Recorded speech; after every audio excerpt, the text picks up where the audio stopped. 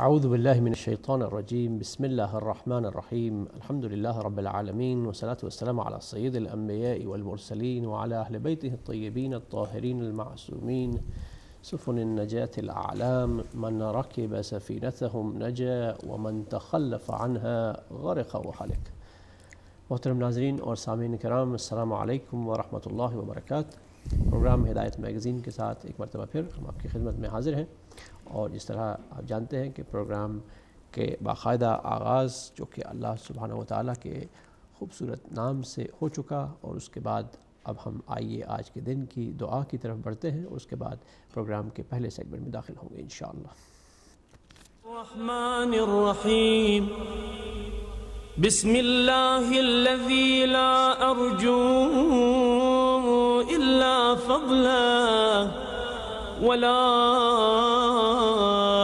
اخشى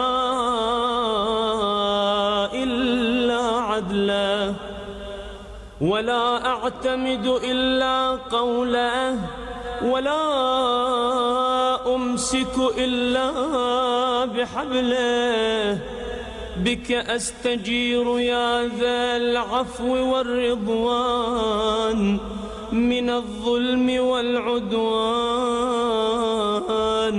ومن غير الزمان وتواتر الأحزان وطوارق الحدثان ومن انقضاء المدة قبل التأهب والعدة، وإياك أسترشد لما فيه الصلاح والإصلاح، وبك أستعين فيما يقترن به النجاح والإنجاح، وإياك أرغب في لباس العافية وتمامها وشمول السلامة ودوامها، وأعوذ بك يا رب من همزات الشياطين،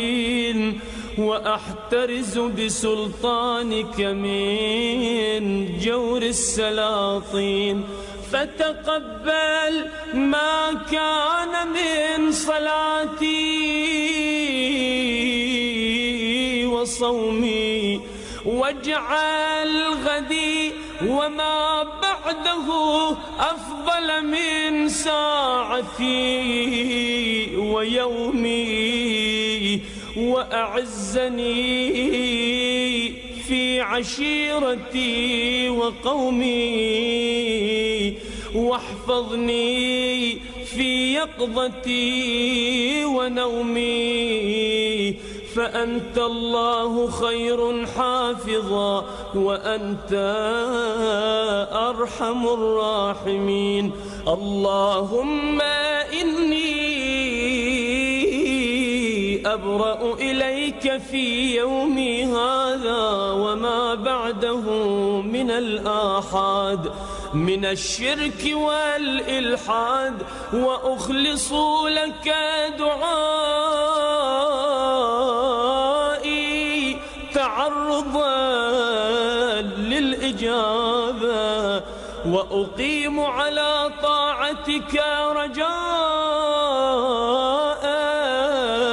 للإثابة، فصل على محمد خير خلقك الداعي إلى حقك، وأعزني بعزك الذي لا يضام، واحفظني بعينك التي لا تنام، واختم بالانقطاع إليك أمري وبالمغفرة عمري، إنك أنت الغفور الرحيم، برحمتك يا أرحم الراحمين. وصلى الله على خيرته من خلقه محمد وآل بيته الطيبين الطاهرين.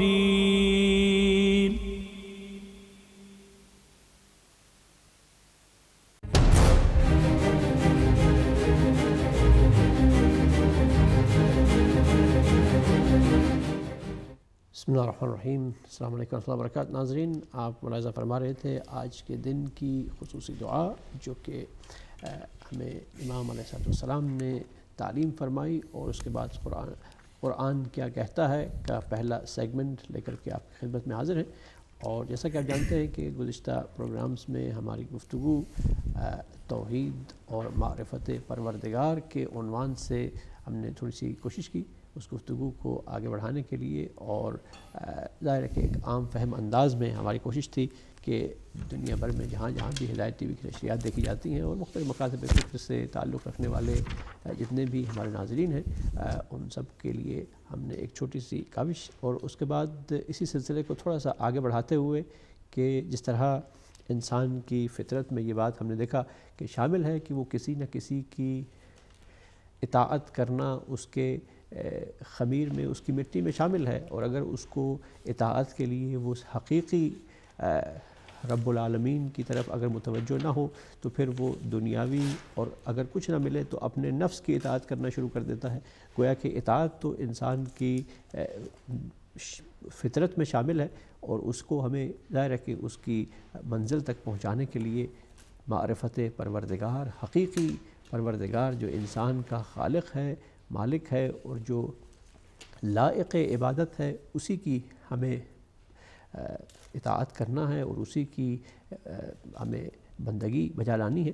تو اسی کو تھوڑا سا لے کر کے آگے بڑھتے ہوئے ہمارے ساتھ پروگرام میں آج بھی شامل ہیں ہمیشہ کی طرح آپ کی جانے پہچانے ہم سب کی شخصیت جناب ڈاکٹر طالب وارث صاحب. السلام علیکم ورحمۃ اللہ وبرکاتہ. وعلیکم السلام ورحمۃ اللہ وبرکاتہ. اور آج بھی ہم چاہیں گے کہ آپ سے مستفید ہوں، اور آپ کی کالز کو بھی ہم انشاءاللہ پروگرام میں شامل کریں گے، اور اسی عنوان کے تحت تھوڑا سا موضوع کو آگے بڑھاتے ہوئے کہ آج کے اس جو پروگرام ہے ناظرین، ہم چاہیں گے کہ اس پر تھوڑی سی ذرا ایک عام فہم انداز میں گفتگو ہم کریں اور آپ بھی اس میں شامل ہوں.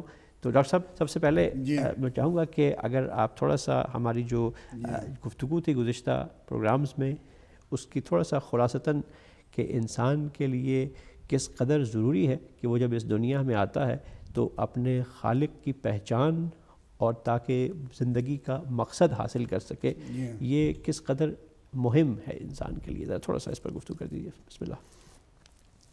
اعوذ باللہ من الشیطان الرجیم. بسم اللہ الرحمن الرحیم. دیکھیں، رسول خدا صلی اللہ علیہ وسلم نے حدیث قدسی میں فرمایا کہ انہوں نے اپنے درمیان لوگوں کو بتلایا کہ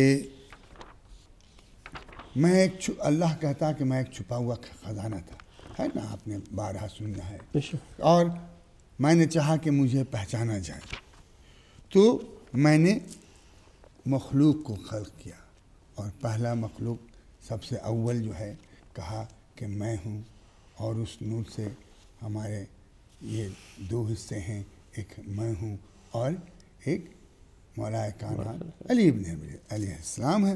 تو یہ حدیث سے صاف ظاہر ہوتا ہے کہ اللہ نے جو خلق کائنات اور انسان کا خلق کیا ایک مقصد کے ذریعے کیا، ہر کی اس کے کام میں یہ مقصد تھا. تو مقصد کیا تھا کہ ہمیں پہچانا جائے. اگر تو پہچاننے کے لیے اللہ نے کہا کہ دیکھو تمہیں معرفت کی ضرورت ہے، اور چونکہ ہم انسان خطا کار ہیں، گناہگار ہیں، ہم سے خطائیں ہوتی ہیں، گناہ کبیرہ اور صغیرہ سب ہوتی ہیں، تو اللہ نے کہا ایک ایسا، چونکہ تمہارے درمیان ایسے کو میں بھیج رہا ہوں جو ان چیزوں سے پاک ہے، یعنی وہ معصوم ہے. اب تب تمہیں اسی کے ذریعے سے معرفت پروردگار حاصل ہوگی. آپ کو یاد ہوگا تو اس کے لیے کیا کہتے ہیں کہ جب فرشتوں کا یہ محفل سجا ہوا تھا، جب اللہ نے سبوں کو کہا، جنوں و فرشتوں کو کہا کہ دیکھو حضرت آدم علیہ السلام کے سامنے تعظیم کا سجدہ کرو، تو سبوں نے سوال کیا کہ پروردگار عالم آخر کیوں؟ تو بتلایا گیا کہ میں جو ہے میں نے دنیا میں زمین پہ میں ایک خلیفہ بھیجنے والا ہوں، نمائندہ بھیجنے والا ہوں۔ تو کیا کہا فرشتوں نے؟ اور بالخصوص پروردگارہ ہمارے درمیان سے بھیج دے، اس لیے کہ وہ اپنے عقل و شعور کے مطابق سوچ رہے تھے، اور اللہ انہیں کچھ اور بتلا رہا تھا، اور کہا کہ نہیں، یہ بنانا، نمائندہ کے بھیجنا ہمارا کام ہے، تم وہ نہیں جانتے جو یہ جانتے ہیں۔ اور آدم نے ان شخصیوں کا نام لے کر بتلا دیا کہ اصل معرفت علم کے ذریعے ہوتا ہے۔ تو اللہ نے انہیں، چونکہ ہماری نالج، ہمارا علم، ہمارا عقل و شعور محدود ہے، اور اللہ نے علم کا ایک ایسا خزانہ، ایک ایسا ذخیرہ ہے جو کہ لامحدود ہے۔ اب ہم جو ہیں جو کام کریں گے اپنے قیاس سے کریں گے، اپنے لیمیٹڈ جو ہے عقل و شعور سے کریں گے۔ اللہ نے کہا کہ نہیں، جب میں جانتا ہوں کہ انسان ان دنیا میں اس کو معرفت کی ضرورت ہے، اب اگر میں تم جیسوں میں سے بھیجوں یا انسان میں کہہ دوں کہ تم اپنے جیسے میں سے چن لو، تو کیا ہوگا کہ ہم ویسے ہی کچھ چنیں گے جو ہماری پسند کا ہوگا، اور اللہ کہتا ہے نمائندہ جو ہوگا میری پسند کا ہوگا۔ اب یہ پسند کی بات ہوئی، اور یہی جو باتیں ہیں آج تک چلی آئی ہیں، آج بھی ہم اسی معاملے پہ آتے ہوئے ہیں۔ ہمارا کہنا ہے کہ ہادی جو ہوگا، ہدایت دینے والا ہوگا، خواہ وہ نبی ہو، رسول ہو، پیغمبر ہو، امام ہو، جو بھی ہوگا ہادی ہوگا، وہ اللہ کا نمائندہ ہوگا، اس لیے کہ اللہ اسے اس علم سے نوازے گا، ان طاقتوں سے نوازے گا جو کہ ہمارے سامنے جو ہے وہ عاجز ہوگا، یعنی مقابلہ والا نہیں ہو سکے گا۔ اب جب ایسا ہوگا تب ہمیں اقرار کر لیں گے، ہاں ہمارے یہ نمائندہ کے لائق ہے۔ آج بھی دیکھیں گے، آج کچھ لوگ ہمارے مسلمان بھائی ہیں، کہتے ہیں ہمارے رسول صلی اللہ علیہ وسلم سے غلطیاں ہوتی تھیں، حتیٰ کہ نماز بھی پڑھانے کے دماغ، جو عبادت کا عظیم مقصد ہے، اس دوران بھی وہ غلطیاں کر بیٹھتے تھے۔ ظہر اور عصر کے نماز کے دوران، یعنی ہے کہ دوسرے ہی رکعت میں تشہد کے ساتھ وہ غلطی سے سلام بھی پڑھ لیا کر دیتے تھے، اور لوگ اسے سہو کرتے تھے، ٹوکتے تھے۔ تو یہ ہمارے یہاں نہیں ہے۔ ہمارا نبی، ہمارا پیغمبر، ہمارا رسول، ہمارا امام معصوم ہے، وہ خطاؤں سے محفوظ ہے، اللہ نے ان کو رکھا ہے۔ اس لیے اب وہ جو ہدایت دیں گے اسے ہم پر پورا یقین ہو رہا ہے کہ یہ اس کی باتیں جو ہیں 100% صحیح ہے، اس میں 0.1% کے بھی ڈاؤٹ کا امکان نہیں ہے۔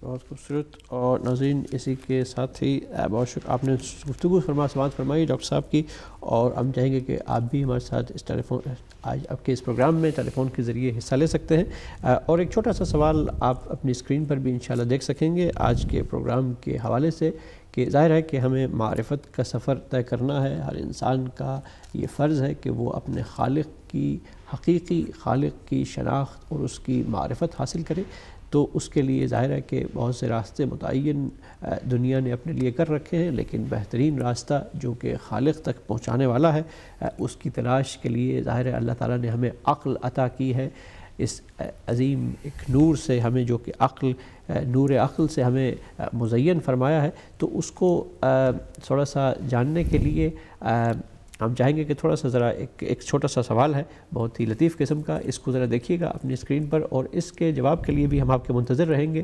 کہ سوال آپ کے سامنے ہے کہ کیا جو بھی اللہ تعالیٰ کا جو خدا کی طرف سے اس کا بنایا ہوا خلیفہ ہے، یا اطاعت کے لیے اللہ کے بنائے ہوئے جو ہادی ہیں، وہ جو پروردگار کی اطاعت کے لیے اس میں کیا انسان اپنے اجماع اور قیاس سے ہی خدا کے جو ہادی ہیں ان کو چن سکتا ہے، یا اس کے علاوہ کوئی اللہ تعالیٰ جو ہے وہ اس کی طرف سے نامزد ہونا چاہیے؟ کیا جو بھی خلیفہ ہے، ڈاکٹر صاحب اس پر گفتگو فرمائیے گا تھوڑی سی اس کے اوپر، کہ سوال کے جواب کی طرف تو ہم نہیں جائیں گے، جواب تو ہم ظاہر ہے کہ آپ سے اینڈ میں لیں گے، لیکن ناظرین کی توجہ کو متوجہ کرنے کے لیے کہ یہ جو سوال ہم نے ناظرین کے سامنے رکھا ہے کتنا اہم ہے آج کل کی اس دنیا میں، جہاں پر بے شمار بہت قسم کے عقائد گردش کر رہے ہیں، تو اس میں کتنا ضروری ہے ایک عام انسان کے لیے اس بات پر سوچنا اور غور کرنا؟ دیکھیں، عبادت اسی وقت ہوگی جب معرفت ہم حاصل کریں۔ معرفت حاصل کرنے کے لیے کچھ نمونہ اور نمائندہ ہونا چاہیے۔ اگر ہم آپ جیسے لوگ اپنے میں سے کسی کو نمائندہ بنائیں گے تو ہمارے درمیان مشرکین بھی ہیں، کفار بھی ہیں، اللہ کو ماننے والے بھی ہیں، نہیں بھی ماننے والے ہیں، تو ہم اپنی فرصت پر، اپنی اوصاف میں نظر ڈالیں، صفت میں نظر ڈالیں، ہم کس سے مغلوب ہو جاتے ہیں؟ جو طاقتور ہو، جس کے پاس اقتدار ہو، جس کے پاس دولت ہو، جس کے پاس حسن ہو، ان چیزوں سے ہم بہت جلدی مرعوب ہو جاتے ہیں۔ اچھا، اب جب یہ ہوتا ہے تب ہم کیا کرتے رہتے ہیں؟ جس کی طاقت دیکھی اسی کو ماننا کیا۔ پہلے کیا ہوا کہ آپ دیکھیں کہ ہم نے کیا کیا، کہ لوگوں نے، انسان نے کیا کیا، دیکھا کہ سورج اتنا پاورفل ہے، وہ ہمیں روشنی دیتا ہے، وہ ہمیں گرمی دیتا ہے، اس کی وجہ سے ساری کائنات میں یہ روشن ہے۔ اب دنیا نے کیا کہا؟ اس کی طاقت کو پہچانا اور کہا سورج کو یہی میرا خدا ہے، اسی کی ہم پرستش کریں گے۔ پھر کیا دیکھا؟ پہاڑوں کو دیکھا، اس کی پوجا کرنے لگے۔ درختوں کو دیکھا کہ ان درختوں سے پھل ملتے ہیں، ہمیں غذا ملتی ہے، درختوں کی پوجا کرنے لگے۔ حتیٰ کہ سانپ کو دیکھا کہ اس کو، سانپ کو کاٹنے کی طاقت ہے کہ وہ ہمیں مار بھی سکتا ہے اس کے ڈسنے سے، تو کیا کیا؟ سانپ کی بھی پوجا کرنے لگے۔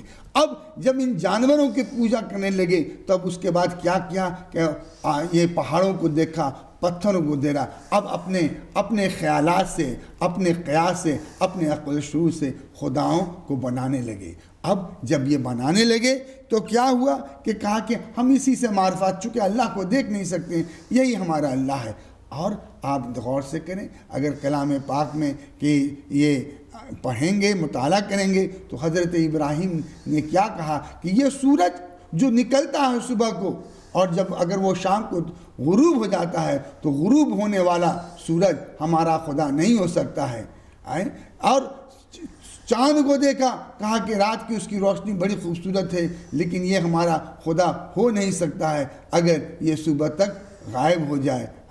تو اس طرح سے انہوں نے کہا، پتھروں کو بنایا اور بازاروں میں لے گئے، کہا کہ ان خداؤں کو خریدنا ہے تو تمہیں خرید لو، نہ یہ تمہیں فائدہ پہنچا سکتے ہیں، نہ یہ تمہیں نقصان پہنچاتے ہیں۔ تو ہمارے اولو العزم پیغمبر حضرت ابراہیم علیہ السلام نے اپنے گفتگو سے، اپنے باتوں سے، مثالوں کے ذریعے بتلا دیا کہ عبادت کس کی ہونی چاہیے۔ یہ تمہیں معرفت، تم ان سے معرفت نہیں حاصل کر سکتے، یہ تمہاری طرف کوئی کچھ فائدہ نہیں پہنچا سکتے۔ اب جب یہ ہو گیا تب کہا کہ اچھا، آپ دیکھیں فرعون کو دیکھیں، نمرود کو دیکھیں، انسان میں جیسے جیسے طاقت بڑھتی گئی، طاقت آتا گیا، وہ تخت پر بیٹھنا شروع کیا۔ اب کیا کرنے لگا؟ ایک وقت آ گیا جب اس نے کہہ دیا میں ہی خدا ہوں، میں ہی رزاق ہوں، میں ہی تمہیں۔ اب جب ایسا ہوا تو کہا کہ فرعون، یہ کیا کہتے ہیں، نمرود کے دربار میں ہمارے پیغمبر نے کیا کہا؟ میرا خدا وہ ہے جو زندگی بخشتا ہے اور موت بھی دیتا ہے۔ تو بتلاؤ، تم وہ ہے جو زندگی اور موت کا مالک ہے، جو سورج کو اس ڈائریکشن سے نکالتا ہے، اس ڈائریکشن میں نکالتا ہے۔ اب بتلاؤ اس کی قوت و طاقت دیکھو، تم اپنی دیکھو. تو ہر پیغمبر جو ہمارا ہادی آیا وہ اسی مقصد سے آیا کہ ہمیں آشنا کرے ان باتوں سے، ان حقیقت سے کہ جس سے ہم معرفت الہی حاصل کر سکتے ہیں. ماشاءاللہ، بہت ہی خوبصورت گفتگو. اور ناظرین آپ بھی پروگرام میں یقیناً شامل ہو سکتے ہیں. آج کا سوال آپ کے سامنے چھوٹا سا کہ کیا اللہ کا نمائندہ اجماع اور قیاس سے منتخب کیا جا سکتا ہے؟ ایک چھوٹا سا سوال ہے. ظاہر ہے کہ اس میں اگر دیکھا جائے تو پریکٹیکلی بہت ساری ایگزامپلز آپ کو دنیا میں ملیں گی، تو اس پر تھوڑی سی اگر انسان نظر ڈالے اور تھوڑا سا اس پر سوچ بچار کرے تو یقیناً بہت سارے انسان کے سامنے راستے کھلنا شروع ہو جائیں گے. جس طرح کہ ڈاکٹر صاحب نے بھی اپنی گفتگو میں فرمایا، اور ایک بہت ہی جلیل القدر اور بہت ہی عظیم ایک حدیث قدسی کا بھی آپ نے حوالہ دیا ڈاکٹر صاحب کہ کنت کنزا مخفیہ فاحببت ان اعرف، کہ بھئی اس میں تھوڑا سا ہمیں بھی ذرا غور کرنا پڑے گا کہ بعض اوقات ترجمے میں اگر اس کو جب ہم کسی ڈاکٹر صاحب احتیاط کے ساتھ اگر کسی جو خدا کا منکر ہے یا نہ ماننے والا ہے اس کے سامنے پیش کریں، تو اگر اس کا ترجمہ یوں کر دیں کہ میں چھپا ہوا خزانہ تھا اور میں نے چاہا کہ میں پہچانوایا جاؤں، تو تھوڑا سا ذرا اس میں اگر چاہنے کو اگر پھر آپ انگریزی میں جب لے کے جائیں گے تو اس کی ڈیزائر اور وش آ جائے گی، تو اگلا فوراً سوال کر دے گا آپ سے کہ یہ آپ نے کہا کہ خدا تو بے نیاز ہے، وہ چاہتا بھی ہے، وہ کیا خواہشات بھی رکھتا ہے؟ تو وہ تھوڑا سا اس میں پھر وہ پیچیدگی میں چلا جائے گا. جبکہ اس کا اگر تھوڑا سا ترجمہ اگر الفاظ کے حساب سے کیا جائے تو احببت ان اعرف، کہ یہاں معنی اس میں اس مفہوم میں لیا جائے گا کہ اللہ ظاہر ہے کہ قہار بھی ہے، غفار بھی ہے، اس کی تمام صفات ہیں، لیکن اس کی رحمت ہر سب پر غالب ہے. وَأَحْبَبْتُ أَنْ أَعْرِفَ، پروردگار اس بات کو محبوب رکھتا ہے، اس کی رحمت اس بات کو زیادہ پسند کرتی ہے کہ اس کی مخلوق اس کی معرفت حاصل کرے، کہ اس کے وہ اپنے رحم، اپنے جو رحمت ہے اس کو، اس کی جو وسعت ہے اس تک تھوڑی سی کچھ معرفت جو انسان کی بساط میں ہے اس تک اس کو پہنچایا جائے. تو تھوڑا سا اس کے اوپر بھی ہم غور کریں گے. اور ناظرین ہم جو سوال ہے آپ کے سامنے کہ اس کے لیے ہمارے پاس میرے خیال پہلے کالر جو ہیں ڈاکٹر صاحب آ چکے ہیں، ان کو ہم شامل کر دیتے ہیں. جی السلام علیکم ورحمۃ اللہ. جی میرا خیال کال جو ہے وہ ڈراپ ہو گئی. جی ڈاکٹر صاحب تو آپ گفتگو فرما رہے تھے اور ہماری گفتگو جو ہے اسی انداز سے آگے چل رہی تھی. اس کو ہم تھوڑا سا آگے ملانے جا رہے ہیں جو کہ ہماری توحید کی گفتگو تھی، معرفت پروردگار کی. اس کو اب ہم اگلے اسٹیج میں داخل کرتے ہوئے جو کہ نبوت ہے، جو کہ رسالت ہے، اس سے تھوڑا سا مربوط کرتے ہوئے کہ ظاہر ہے کہ پروردگار کی ہم نے گزشتہ پروگرام میں کوشش کی کہ اس کی معرفت عقل جو ہے وہ اس بات سے بالکل ظاہر ہے کہ اس قابل نہیں ہے کہ وہ خود بخود کسی ایسے خالق کی تلاش میں نکل پڑے اور اس کی پروردگار کی معرفت کو حاصل کر لے. اس کے لیے خدا نے ایک نظام اور ایک سلسلہ عطا کیا ہدایت کا، اور اسی ہدایت کے پیغام کو لینے کے لیے جو ہے کہ نبوت کا ایک سلسلہ ہے، اس کی طرف ہم بڑھیں گے انشاءاللہ آہستہ آہستہ. ہمارے ساتھ پہلے کالر دوبارہ آ چکے ہیں. السلام علیکم ورحمۃ اللہ. وعلیکم السلام ورحمۃ اللہ وبرکاتہ. بھائی تیاگ آپ کو اور ڈاکٹر صاحب کو میری طرف سے السلام علیکم. یہ سوال آپ کا جو آپ نے آج رکھا ہے یہ واقعی فکر کی طرف انسان کی سوچ کو ایک سوچنے پر مجبور کرنے والا سوال ہے. ایسے ہی سوالات مسلمانوں کے سامنے رکھے جائیں تو وہ اس پر غور کریں.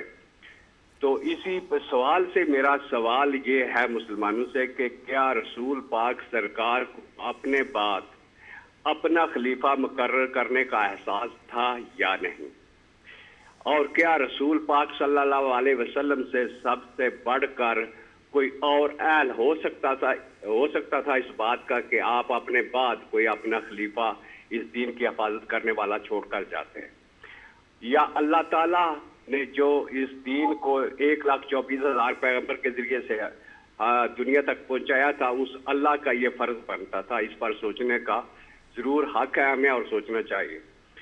تو یہ قیاس ہے، قیاس ہی کی وجہ سے آج دنیا میں مسلمان دنیا میں سب سے زیادہ غربت، بھوک، افلاس اور کیا کیا مصیبتیں پڑی ہوئی ہیں صرف اس قیاس کی ہی وجہ سے، کیونکہ اللہ کا نمائندے کو چھوڑ کر قیاس پر مبنی لوگوں کے پیچھے ہم گئے، ہم سایوں کے پیچھے بھاگتے رہے. تو ایک سوال میرا یہ ہے کہ سرکار نے بار بار جب فرمایا تھا کہ اپنے امام زمانہ کو پہچانے بغیر اگر مر گئے تو کفر و جہالت کی موت ہے، تو پھر کیا رسول سرکار کا یہ فرض نہیں بنتا تھا کہ امام کی پہچان بھی کرواتے؟ اور اگر انہوں نے کروائی ہے تو ہم نے نہیں پہچانا تو اس میں ہمارا قصور ہے، سرکار کا قصور نہیں ہے۔ تو یہ واقعی بات ہے کہ قیاس کی وجہ ہی سے دنیا میں آج مسلمان ذلیل و خوار ہے۔ شکریہ جی۔ بہت شکریہ جناب جان علی شاہ صاحب۔ جان علی آپ نے لوٹن سے فون کیا اور بہت ہی احسن انداز میں آپ نے گفتگو فرمائی، اور ایک اور لمحہ فکریہ جو کہ آپ نے ہمارے ناظرین کے سامنے رکھا کہ اس پر بھی یقیناً ہم گفتگو کریں گے جب ہم آگے امامت کی جانب بڑھیں گے، کہ جب کس ظاہر ہے کہ کتنا مہم ہے یہ، کہ اتنا بڑا ایک مشن ہے جس کو لے کر کے تمام انبیاء کے مشن کی تکمیل ہونے جا رہی ہے، اور اس کے بعد پھر اس کو یوں ہی تو نہیں چھوڑ دیا جائے گا نا۔ ظاہر ہے کہ اس کے اوپر بھی گفتگو کریں گے جب ہم امامت کی جانب بڑھیں گے، لیکن اس سے پہلے جو ہم ابھی گفتگو ہے وہ ظاہر ہے کہ ہدایت جو انسان تک پہنچی وہ کیسے پہنچی؟ ظاہر ہے کہ اللہ تعالیٰ نے اپنے ہادی اور رہبر بنا کے بھیجے انسانوں کے لیے، تو ان ہدایت دینے والے جو اللہ کے نمائندے ہیں، تو ایک تو ظاہر ہے کہ اس بات پر تو پہلے ہمیں اس میں کوئی بالکل پوری طرح سے اس پر مطمئن ہو جانا چاہیے کہ جو اللہ کی ہدایت اللہ تعالیٰ کی جانب سے لے کر کے آنے والے ہیں وہ کیا انسان خود منتخب کر سکتے ہیں، یا کہ کیا وہ اللہ ہی کی جانب سے منتخب کیے جائیں گے؟ اس پر ابتدائی گفتگو آپ نے سنی ڈاکٹر صاحب سے، اور اس میں آپ نے بڑی خوبصورت انداز میں بتایا کہ جس طرح اس وقت بھی ملائکہ نے بھی تھوڑا سا کچھ دبے الفاظ میں کچھ بات کہی، اور پھر شیطان نے بھی تو یکسر بالکل سرے سے انکار کر دیا کہ نہیں بھئی ایسا تو نہیں ہو سکتا، میں بہتر ہوں، مجھے ہی چنا جائے، مجھے کیوں نہ چنا گیا۔ تو اس پر بھی گفتگو ہوئی، اور اب ہمارے سامنے جو سوال تھا تھوڑا سا ہم نے آپ کے لیے رکھا کہ کیا اللہ کا نمائندہ اجماع اور قیاس سے منتخب کیا جا سکتا ہے؟ اس پر ہم مزید گفتگو کریں گے ناظرین، لیکن جس وقت ہوا چاہتا ہے ہمارے پہلے سیگمنٹ کو تھوڑا سا آگے یہاں پہ روکتے ہوئے ہمارا جو دوسرا سیگمنٹ ہے اخبارات کا جائزہ، جس میں آپ دنیا بھر کے تمام اکثر جو بیشتر ممالک سے شائع ہونے والے اخبارات کی سرخیاں اور اس پر کچھ تھوڑا سا تبصرہ ملاحظہ فرماتے ہیں۔ تو اب ہم آپ کو لیے چلتے ہیں اخبارات کے جائزے کی جانب، جس کے بعد پھر دوبارہ انشاءاللہ ہم اسی سیگمنٹ کو تھوڑا سا اس کے انجام کی جانب لے کر کے بڑھیں گے انشاءاللہ المستعان۔ تو آئیے نظر ڈالتے ہیں اخبارات کے جائزے پر اور ان پر ایک مختصر تبصرہ۔ معمول نظر ڈالیں گے ایران، ہندوستان اور پاکستان کے مختلف اخباروں پر، مگر اس سے پہلے ایک مختصر سا وقفہ۔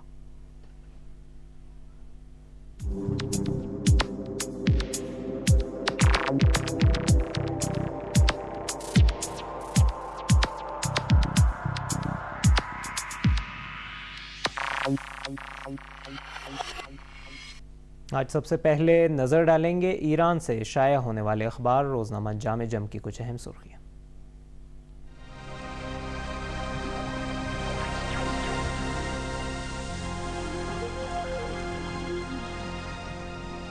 یورپی یونین ایرانی تیل کی محتاج ہے، سرگئی لاوروف۔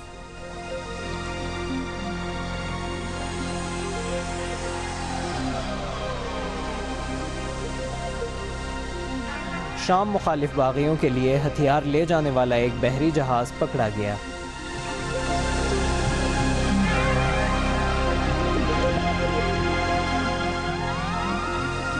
یورپ میں قرض کے بحران پر مرکل اور اولینڈ کے درمیان لفظی جھڑپ۔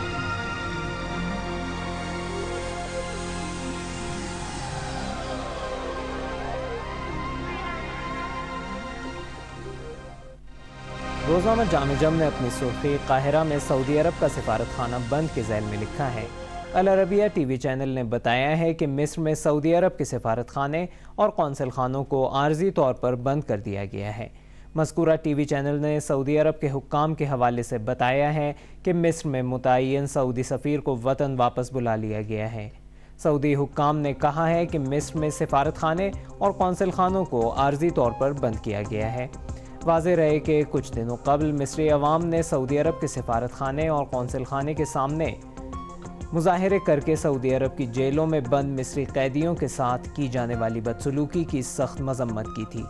مصر کے عوام نے اسی طرح اپنے ملک کے امور میں سعودی عرب کی مداخلت پسندانہ پالیسیوں کی بھی سخت مذمت کی تھی اور حکام سے مطالبہ کیا تھا کہ سعودی عرب کے سفیر کو ملک سے باہر نکال دیا جائے۔ ناظرین، روزنامہ جامع جم نے اردن اور وزیر اعظم کی تبدیلی عنوان کے تحت اپنا مضمون شائع کیا ہے۔ ملاحظہ فرمائیے اہم اقتباسات۔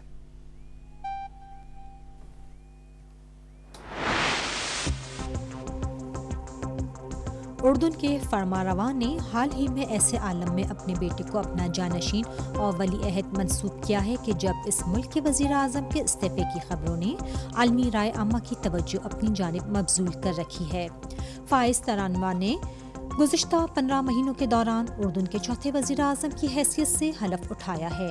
ان حالات کے مد نظر بہت سے افراد کا خیال ہے کہ سابق وزیر اعظم کا استعفیٰ صرف قوانین اور صورتحال کے سلسلے میں اختلافات کی سبب نہیں تھا، بلکہ اس سلسلے میں کئی اور اہم باتیں قابل توجہ ہیں۔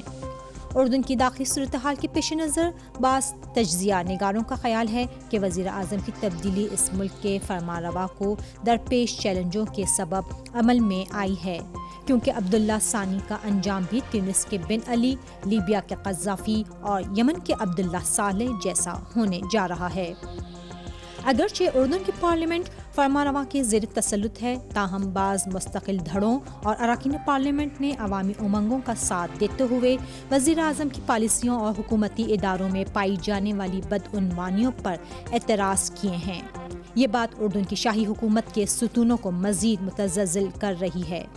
دوسری بات یہ ہے کہ عبداللہ ثانی کی پرفریب پالیسیوں کے باوجود ملک کے سیاسی ڈھانچے کے سلسلے میں عوامی اعتراض و احتجاج کا سلسلہ جاری ہے، اور اب عبداللہ ثانی سے اقتدار چھوڑنے کے مطالبات بھی سامنے آنے لگے ہیں، اور لوگوں کا کہنا ہے کہ یا تو فرمانروا ملک میں صحیح معنی میں اصلاحات کو روبے عمل لائیں یا پھر اقتدار سے الگ ہو جائیں۔ ان حالات میں عبداللہ ثانی وزیر اعظم اور بعض وزراء کو تبدیل کرنے اور صہیونی حکومت کی بعض پالیسیوں پر تنقید کرنے جیسے کچھ اقدامات کے ذریعے اس بات کی کوشش کر رہے ہیں کہ اپنے آپ کو لوگوں اور پارلیمنٹ کا ہم نوا ظاہر کریں، تاکہ شاید لوگوں کے احتجاج اور اعتراض میں کچھ کمی آ جائے۔ دوسرے الفاظ میں وہ اپنے وزیر اعظم سے استعفیٰ لے کر اپنے اقتدار کو مضبوط بنانے کے لیے کوشاں ہیں۔ یہ ایسے عالم میں ہے کہ جب عوام اور اسلامی جماعتوں اور گروہوں کی کارکردگی سے ظاہر ہوتا ہے کہ وہ اس قسم کے فریب میں نہیں آنے والے ہیں اور ملک کے فرمانروا کی جانب سے پارلیمنٹ کو اقتدار سونپنے جیسی حقیقی اصلاحات کے نفاذ تک بدستور اپنا احتجاج جاری رکھیں گے۔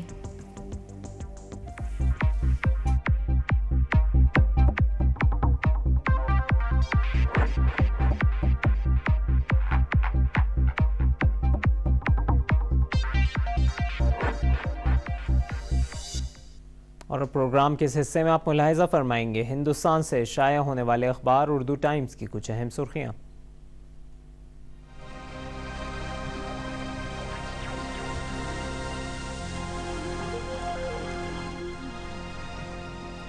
بنگارو لکشمن کو 4 سال کی قید۔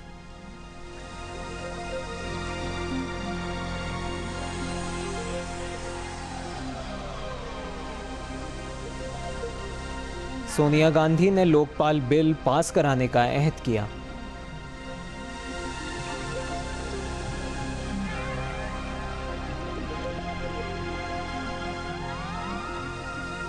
بن لادن کا پتہ چلانے میں امریکہ کی مدد کی ISI کا دعویٰ۔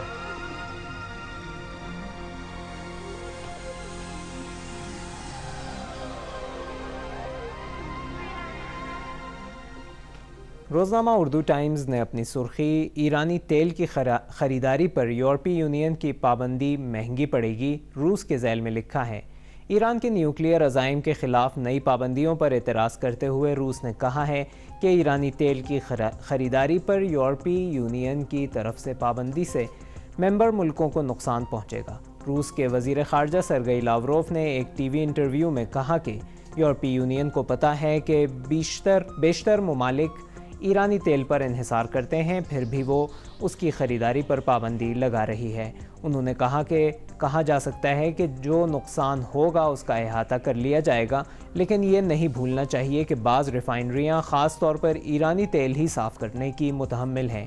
انہیں غیر ایرانی تیل صاف کرنے کے لائق بنانے کے لیے خاطر خواہ سرمایہ کاری کرنی پڑے گی، اور یورپی یونین والے موجودہ حالات میں بمشکل ہی ایسی لاگت برداشت کر سکتے ہیں۔ روزنامہ اردو ٹائمز نے کیوں ضرورت ہے نئی سیاسی پارٹی کی عنوان کے تحت ایک مضمون شائع کیا ہے، ملاحظہ فرمائیے اہم اقتباسات۔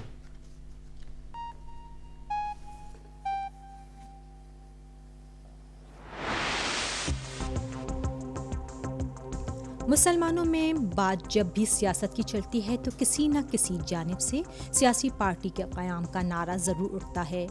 ملک کی آزادی کو آج 65 سال ہو رہے ہیں۔ ان گزرے ہوئے برسوں میں شاید ہی کبھی مسلمانوں نے ملک کی سیکولر پارٹیوں پر مکمل اطمینان کا اظہار کیا ہو۔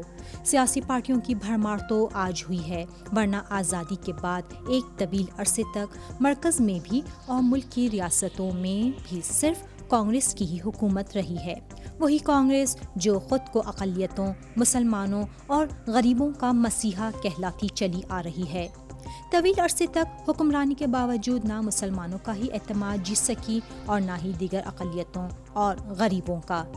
اس کا ثبوت ملک کی کئی ریاستوں سے اس کی حکمرانی کا خاتمہ بھی اور مرکز سے کئی بار اس کی بے دخلی بھی ہے۔ مسلمان تو آج کانگریس سے اس قدر نالاں ہیں کہ وہ شیو سینا اور بی جے پی جیسی پارٹیوں کو ووٹ ڈالنے کی سوچ لیتے ہیں، ووٹ ڈالتے نہیں ہیں، مگر کانگریس کو ووٹ دینے کی سوچتے بھی نہیں ہیں۔ بھلا کیوں؟ مسلمان، دلت اور دیگر اقلیتیں کانگریس پر کیوں بھروسہ نہیں کرتی؟ اس سوال کا بھرپور جواب سچر کمیٹی نے اپنی رپورٹ میں دے دیا ہے۔ اس لیے کہ کانگریس نے مسلمانوں کی حالت دلتوں سے بدتر بنا دی ہے۔ اس کا مطلب یہ نہیں ہے کہ دلتوں کی حالت بہتر ہو گئی ہے، اس کا مطلب بس اتنا ہی ہے کہ دلت تو جہاں تھے وہیں تر ٹکے ہوئے ہیں، مگر مسلمان جہاں تھے اس کی جگہ سے بہت نیچے جا گرے ہیں، دلتوں سے بھی نیچے۔ سرکاری نوکریوں میں، تعلیمی اداروں میں اہم عہدوں پر مسلمان کہیں نظر نہیں آتے، نہ اعلیٰ پولیس افسر بنتے ہیں اور نہ ہی اعلیٰ سرکاری افسر۔ اس تنزل کی واحد وجہ کانگریس کی مسلمانوں کے تئیں پالیسیاں رہی ہیں، بظاہر خوب اچھی اور صاف ستھری مگر باطن اور عملاً بے حد مکروہ۔ مسلمان چونکہ اب سیاسی طور پر باشعور ہوا ہے، اس لیے وہ کانگریس کی پالیسیوں کو بھی اچھی طرح سمجھ رہا ہے اور اسے یہ بھی بخوبی احساس ہے کہ اس کا واحد حل یہی ہے کہ اقتدار میں شراکت حاصل کی جائے اور اہم عہدوں پر متمکن ہو کر اقلیتوں کی فلاح کی پالیسیوں پر عمل درآمد کروایا جائے۔ اس کی ایک شکل خود اپنی یعنی مسلمان سیاسی پارٹی یا دلتوں اور پچھڑوں کو ساتھ لے کر سیاسی پارٹی کا قیام ہے۔ آج مسلمانوں اور دلتوں کا اتحاد ہر پارٹی کو پچھاڑ سکتا ہے اور برسر اقتدار آ کر اپنے حقوق بھی حاصل کر سکتا ہے، بس شرط یہ ہے کہ خلوص اور نیک نیتی سے کام کیا جائے۔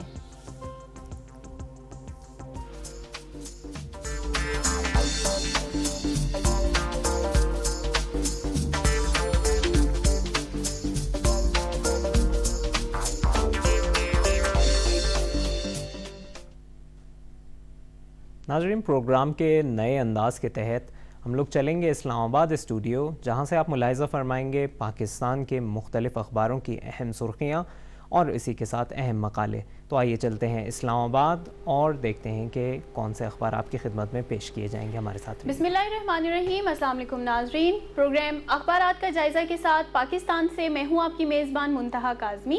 سب سے پہلے میں تہران اسٹوڈیو کا شکریہ ادا کرتی ہوں کہ انہوں نے پاکستان اسٹوڈیو کو اخبارات کا جائزہ کا موقع فراہم کیا ہے۔ ناظرین، سب سے پہلے بات کرتے ہیں شہ سرخیوں کے حوالے سے۔ روزنامہ جنگ کے مطابق رکاوٹوں کے باوجود فراہمی انصاف کے لیے بلا خوف اقدامات، چیف جسٹس افتخار چودھری کے لیے عالمی جیورسٹ ایوارڈ کا اعلان۔ اخبار کے مطابق انٹرنیشنل کونسل آف جیورسٹ نے chief justice of Pakistan Iftikhar Muhammad Chaudhry کے لیے عالمی جیورسٹ ایوارڈ 2012 کا اعلان کیا ہے۔ یہ ایوارڈ چیف جسٹس کی طرف سے رکاوٹوں کے باوجود اپنے ملک میں فراہمی انصاف کے لیے بلا خوف اور انتھک اقدامات کرنے کے اعتراف میں دیا گیا ہے۔ تاہم اخبار کے مطابق تقریب 28 مئی کو لندن میں ہوگی۔ برطانوی سپریم کورٹ کے صدر Lord Phillips chief justice of Pakistan کو ایوارڈ پیش کریں گے، جبکہ 2007 میں ہارورڈ اسکول نے بھی چیف جسٹس آف پاکستان کو میڈل آف فریڈم کا اعلیٰ ترین ایوارڈ دیا تھا۔ دوسری جانب روزنامہ ایکسپریس سے لی گئی کراچی کے صورتحال کے حوالے سے خبر پر بات کرتے ہیں۔ کراچی لیاری گولیوں سے گونجتا رہا، پولیس پر تابڑ توڑ حملے، ایس ایچ او سمیت 11 افراد ہلاک۔ تفصیلات کے مطابق کراچی لیاری میں جرائم پیشہ افراد کے خلاف آپریشن کے دوسرے روز پولیس پر دستی بموں، راکٹوں اور جدید ہتھیاروں سے حملوں میں ایس ایچ او، پولیس اہلکار اور خاتون سمیت 9 افراد ہلاک اور 3 اہلکاروں سمیت 2 درجن سے زائد افراد زخمی ہو گئے، جبکہ کنگ وار کا بھی ایک کارندہ مارا گیا۔ تاہم سی آئی ڈی پولیس نے 2 درجن سے زائد اہم ملزموں کو حراست میں لینے کا دعویٰ کیا ہے۔ روزنامہ نوائے وقت سے بات کرتے ہیں گلگت بلتستان کی صورتحال کے حوالے سے۔ گلگت میں موبائل سروس بحال، بند سڑکوں کو کھولنے کا اعلان۔ اخبار کے مطابق گلگت میں حالات بہتر ہو گئے، رات کا کرفیو بھی نرم کر دیا جائے گا۔ وزیر داخلہ رحمان ملک کی زیر صدارت اجلاس۔ دوسری جانب روزنامہ جنگ کے مطابق رحمان ملک کا کہنا ہے کہ نیٹو سپلائی کی بحالی کے لیے کوشاں ہونے کے باعث مجھ سمیت صدر، وزیر اعظم، فوجی قیادت کے 2 اعلیٰ افسران اور مولانا فضل الرحمان القاعدہ اور طالبان کی ہٹ لسٹ پر ہیں۔ اب بات کرتے ہیں روزنامہ ایکسپریس میں شائع پاکستانی قیدیوں کی جانب سے خبر کی۔ بھارت نے 4 پاکستانی جنگی قیدیوں کی موجودگی تسلیم کر لی ہے۔ سپریم کورٹ کا بھارتی حکومت پر اظہار برہمی، تاہم 7 جولائی کو ریکارڈ پیش کرنے کا حکم بھی جاری کر دیا گیا۔ اخبار کے مطابق بھارت نے 1965 کی جنگ کے دوران قیدی بنائے گئے 4 پاکستانیوں کی جیل میں موجودگی تسلیم کر لی ہے۔ تاہم نجی ٹی وی کے مطابق پاکستان کی طرف سے بھارتی حکومت کو چند ماہ پہلے قیدیوں کی فہرست دی گئی تھی، تاہم عدالت نے اس پر برہمی کا اظہار کرتے ہوئے کہا ہے کہ یہ ایک حساس نوعیت کا کیس ہے، حکومتوں کو سنجیدگی کا مظاہرہ کرنا چاہیے۔ اب بات کرتے ہیں روزنامہ نوائے وقت سے لی گئی پاک امریکہ مذاکرات کے حوالے سے خبر کی، تو روزنامہ نوائے وقت لکھتا ہے کہ پاکستان امریکہ مذاکرات ڈیڈ لاک کا شکار، گراسمین ناکام لوٹے۔ امریکی اخبار کے مطابق نیو یارک ٹائمز کی رپورٹ کے مطابق پاکستان نے اوباما انتظامیہ سے سلالہ چیک پوسٹ حملے پر غیر مشروط معافی کا مطالبہ کیا، تاہم امریکہ نے طالبان کے افغانستان میں حالیہ حملوں پر غصے کی وجہ سے معافی مانگنے سے انکار کر دیا۔ اخبار کے مطابق پاکستان نے غیر مشروط معافی سے پہلے نیٹو سپلائی بحال کرنے سے انکار کر دیا، جس کے بعد مارک گراسمین کے پاکستانی قیادت سے مذاکرات ناکام ہو گئے۔ روزنامہ ایکسپریس کی چند مختصر خبروں کے حوالے سے بھی آج ہم پروگرام میں بات کرتے ہیں۔ اخبار کے مطابق امریکی اخبار نے دعویٰ کیا ہے کہ امریکہ نے عالمی معائنہ کاروں سے تعاون کے بدلے میں ایران کو محدود پیمانے پر یورینیم افزودہ کرنے کی اجازت دینے پر آمادگی ظاہر کی ہے، جبکہ ایک اور امریکی اخبار کے مطابق امریکہ نے ایران کی جنوبی سرحد کے قریب متحدہ عرب امارات کے ایئر بیس پر اسٹیلتھ ٹیکنالوجی کے حامل طیارے تعینات کر دیے ہیں۔ ایکسپریس کی ایک اور خبر کے مطابق بھارت نے پاکستانی سرحد کے قریب نئی آئل ریفائنری کا افتتاح کر دیا ہے، اور بھارتی وزیر اعظم منموہن سنگھ کے مطابق بھارت کے پاس تیل صاف کرنے کی اتنی صلاحیت ہے کہ وہ دوسرے ممالک کو برآمد کر سکتا ہے۔ اب بات کرتے ہیں کچھ اداریوں کی۔ روزنامہ نوائے وقت کے اداریے ایران گیس پائپ لائن بچھانے کا ٹینڈر جاری کرنا خوش آئند ہے میں لکھا ہے کہ وزارت پیٹرولیم نے گیس پائپ لائن بچھانے کے ٹھیکے ٹینڈر جاری کر کے اچھا اقدام کیا ہے۔ اب برق رفتاری سے کام کر کے اس کو پایۂ تکمیل تک پہنچایا جائے، کیونکہ اس وقت پاکستان توانائی کے شدید بحران سے گزر رہا ہے، جس پر ہنگامی اقدامات کر کے ہی قابو پایا جا سکتا ہے۔ روزنامہ نوائے وقت سے ہی لیے گئے اداریے امریکی سلامتی افغانستان سے انخلا میں ہے پر بات کرتے ہیں۔ اداریے میں لکھا ہے کہ نومبر میں امریکی الیکشن ہے اور صدر اوباما کو الیکشن جیتنے کے لیے امریکی عوام کی امنگوں کے مطابق فوج واپس بلانی پڑے گی، لیکن طالبان کے مکمل انخلا سے قبل مفاہمت پر تیار نہیں۔ امریکہ پاکستان کی مدد سے طالبان سے مفاہمت کا راستہ تلاش کرے اور جتنا جلدی ہو سکے اس خطے سے انخلا کا اعلان کیا جائے۔ اداریے میں مزید لکھا ہے کہ مذہبی طاقتیں سپلائی کو طاقت کے زور سے روکنے کا اعلان کر چکی ہیں، تاہم اگر سپلائی بحال ہوئی تو پاکستان کے حالات مزید خراب ہو جائیں گے۔ لہٰذا امریکہ کے لیے بہتر یہی ہے کہ اب کوچ کرے۔ روس کی بائیں بازو کی جماعتوں نے بھی نیٹو کو بیس دینے سے انکار کر دیا ہے اور کرسمس تک برطانیہ بھی 500 فوجی واپس بلا لے گا۔ پھر امریکی فوجی پھنس جائیں گے اور تنہا رہ جائیں گے۔ اس لیے بہتر یہی ہے کہ اقتدار افغانوں کے سپرد کر کے یہاں سے چلے جائیں۔ انہی تمام خبروں اور تجزیات کے ساتھ پاکستان اسٹوڈیو سے اپنی میزبان منتہا کاظمی کو اجازت دیجیے۔ انشاءاللہ کل دوبارہ آپ کی خدمت میں حاضر ہوں گے کچھ مزید خبروں اور تجزیات کے ساتھ۔ خدا حافظ۔ جی بہت بہت شکریہ۔ چلتے ہیں ایک بریک لیتے ہیں، اس کے بعد میں آپ کی خدمت میں حاضر ہوں گا۔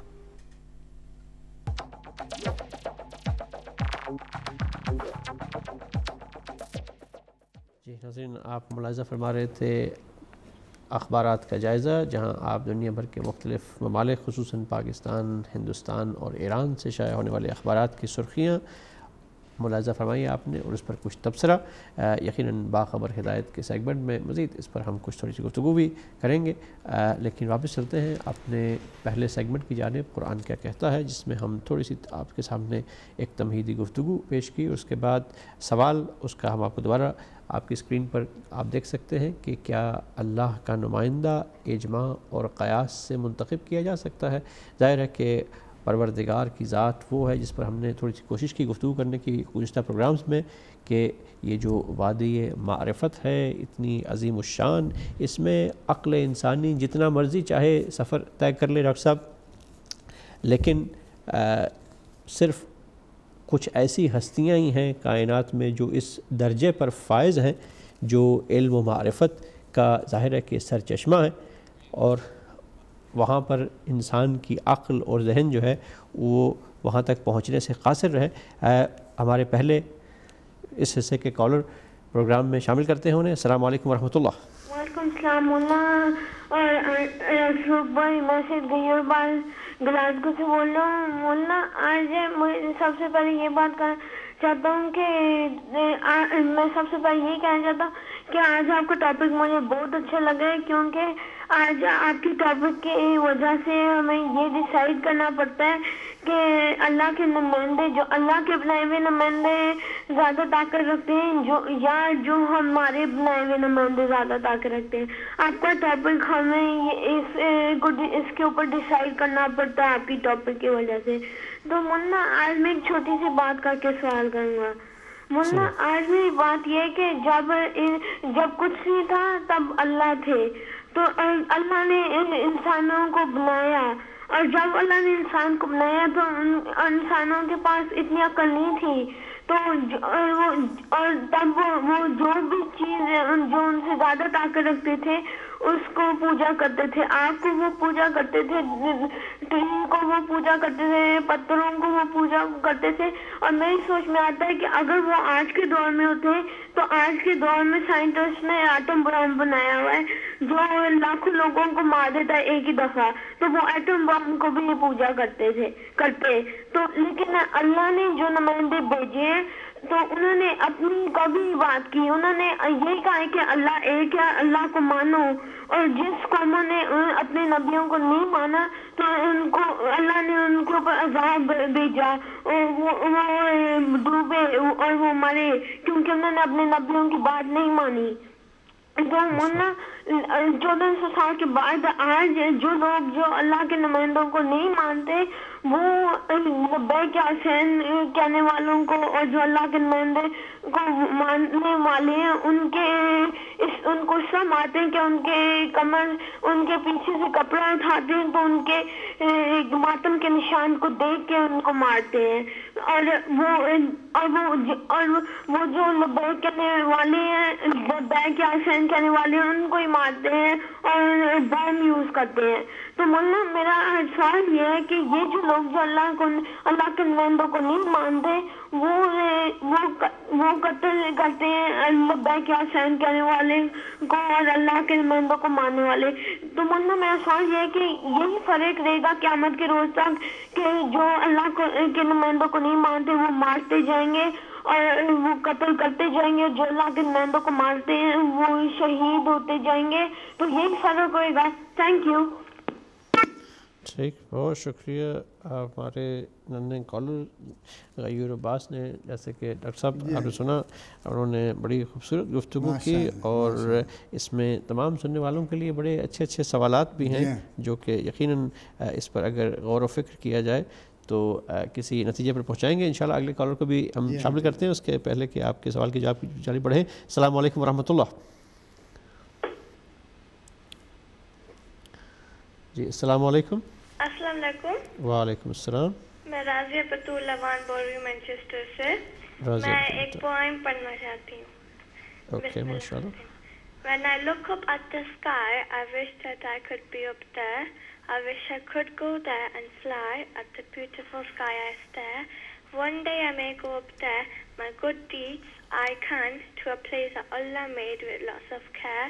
Heaven is a dream of any woman or man. Maybe if I act kind and nice, pray my namaz, help those that have needs, I can make it to paradise. Life is a journey, pack everything, especially your good deeds. Allah Hafiz. ماشاءاللہ ماشاءاللہ. راضیہ بطول آوان، بہت ہی خوبصورت آپ کی poem اور بڑا اچھا پیغام کہ جو زندگی ہے اس کے بارے میں انہوں نے بڑی خوبصورت بات کی کہ life is a beautiful journey packed with all kind and good deeds.